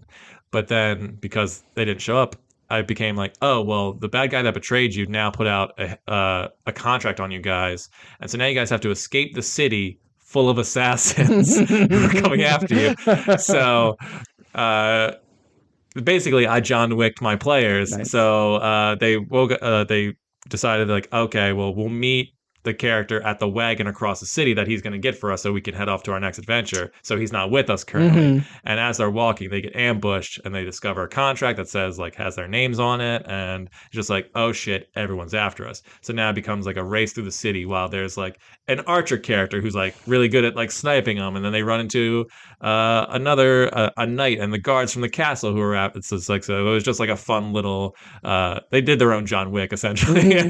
Because sometimes coming up with a D&D adventure is just like, what movie did you watch yesterday? Yeah. Fuck, that's my idea for this session. So thanks. I work Ghostbusters into this. God damn it. So thanks, John Wick, for giving me the ability to come up with a like literally last minute adventure for my players, and we had fun. And they did some pretty cool stuff. Cool. So next week should be Dungeons and Dragons next week. So maybe we'll watch the original Dungeons and Dragons. You know, we'll try to make that work. I want to watch the Mario Brothers movie since Mario's the week after that. That's another. I'm glad they're releasing early screenings for Dungeons and Dragons now, because after its first weekend, it's going to get destroyed by Super Mario Brothers. So I really hope this does well. Yeah, it really needs the word of mouth. Yeah, they have a quality product here. Yeah. It'll be number 1 this weekend, immediately number 2 next weekend, or the following weekend. Is what I mean. I mean, it'll be number 2 this weekend. John Wick will be 1. Then it'll be probably number 1. That's what I meant to say. Yeah, or maybe not. Maybe even John Wick just had or it could be, or D&D isn't gonna even make the charge because it's only certain. It's not a lot of show times. You know, maybe it's not gonna really make enough money this week. Pre-release, who knows? We'll see. We'll do a whole breakdown on the charts.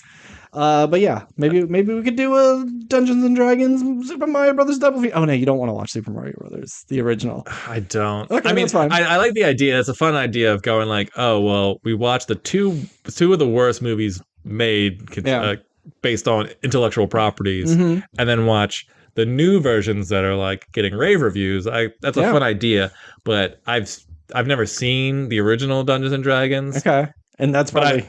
And I'm sure it's probably worse than the Mario Bros. Movie, but I've seen the Mario Bros. Movie, and I don't need to watch that again. All right, I think that's fair. So, and we'll figure something else probably.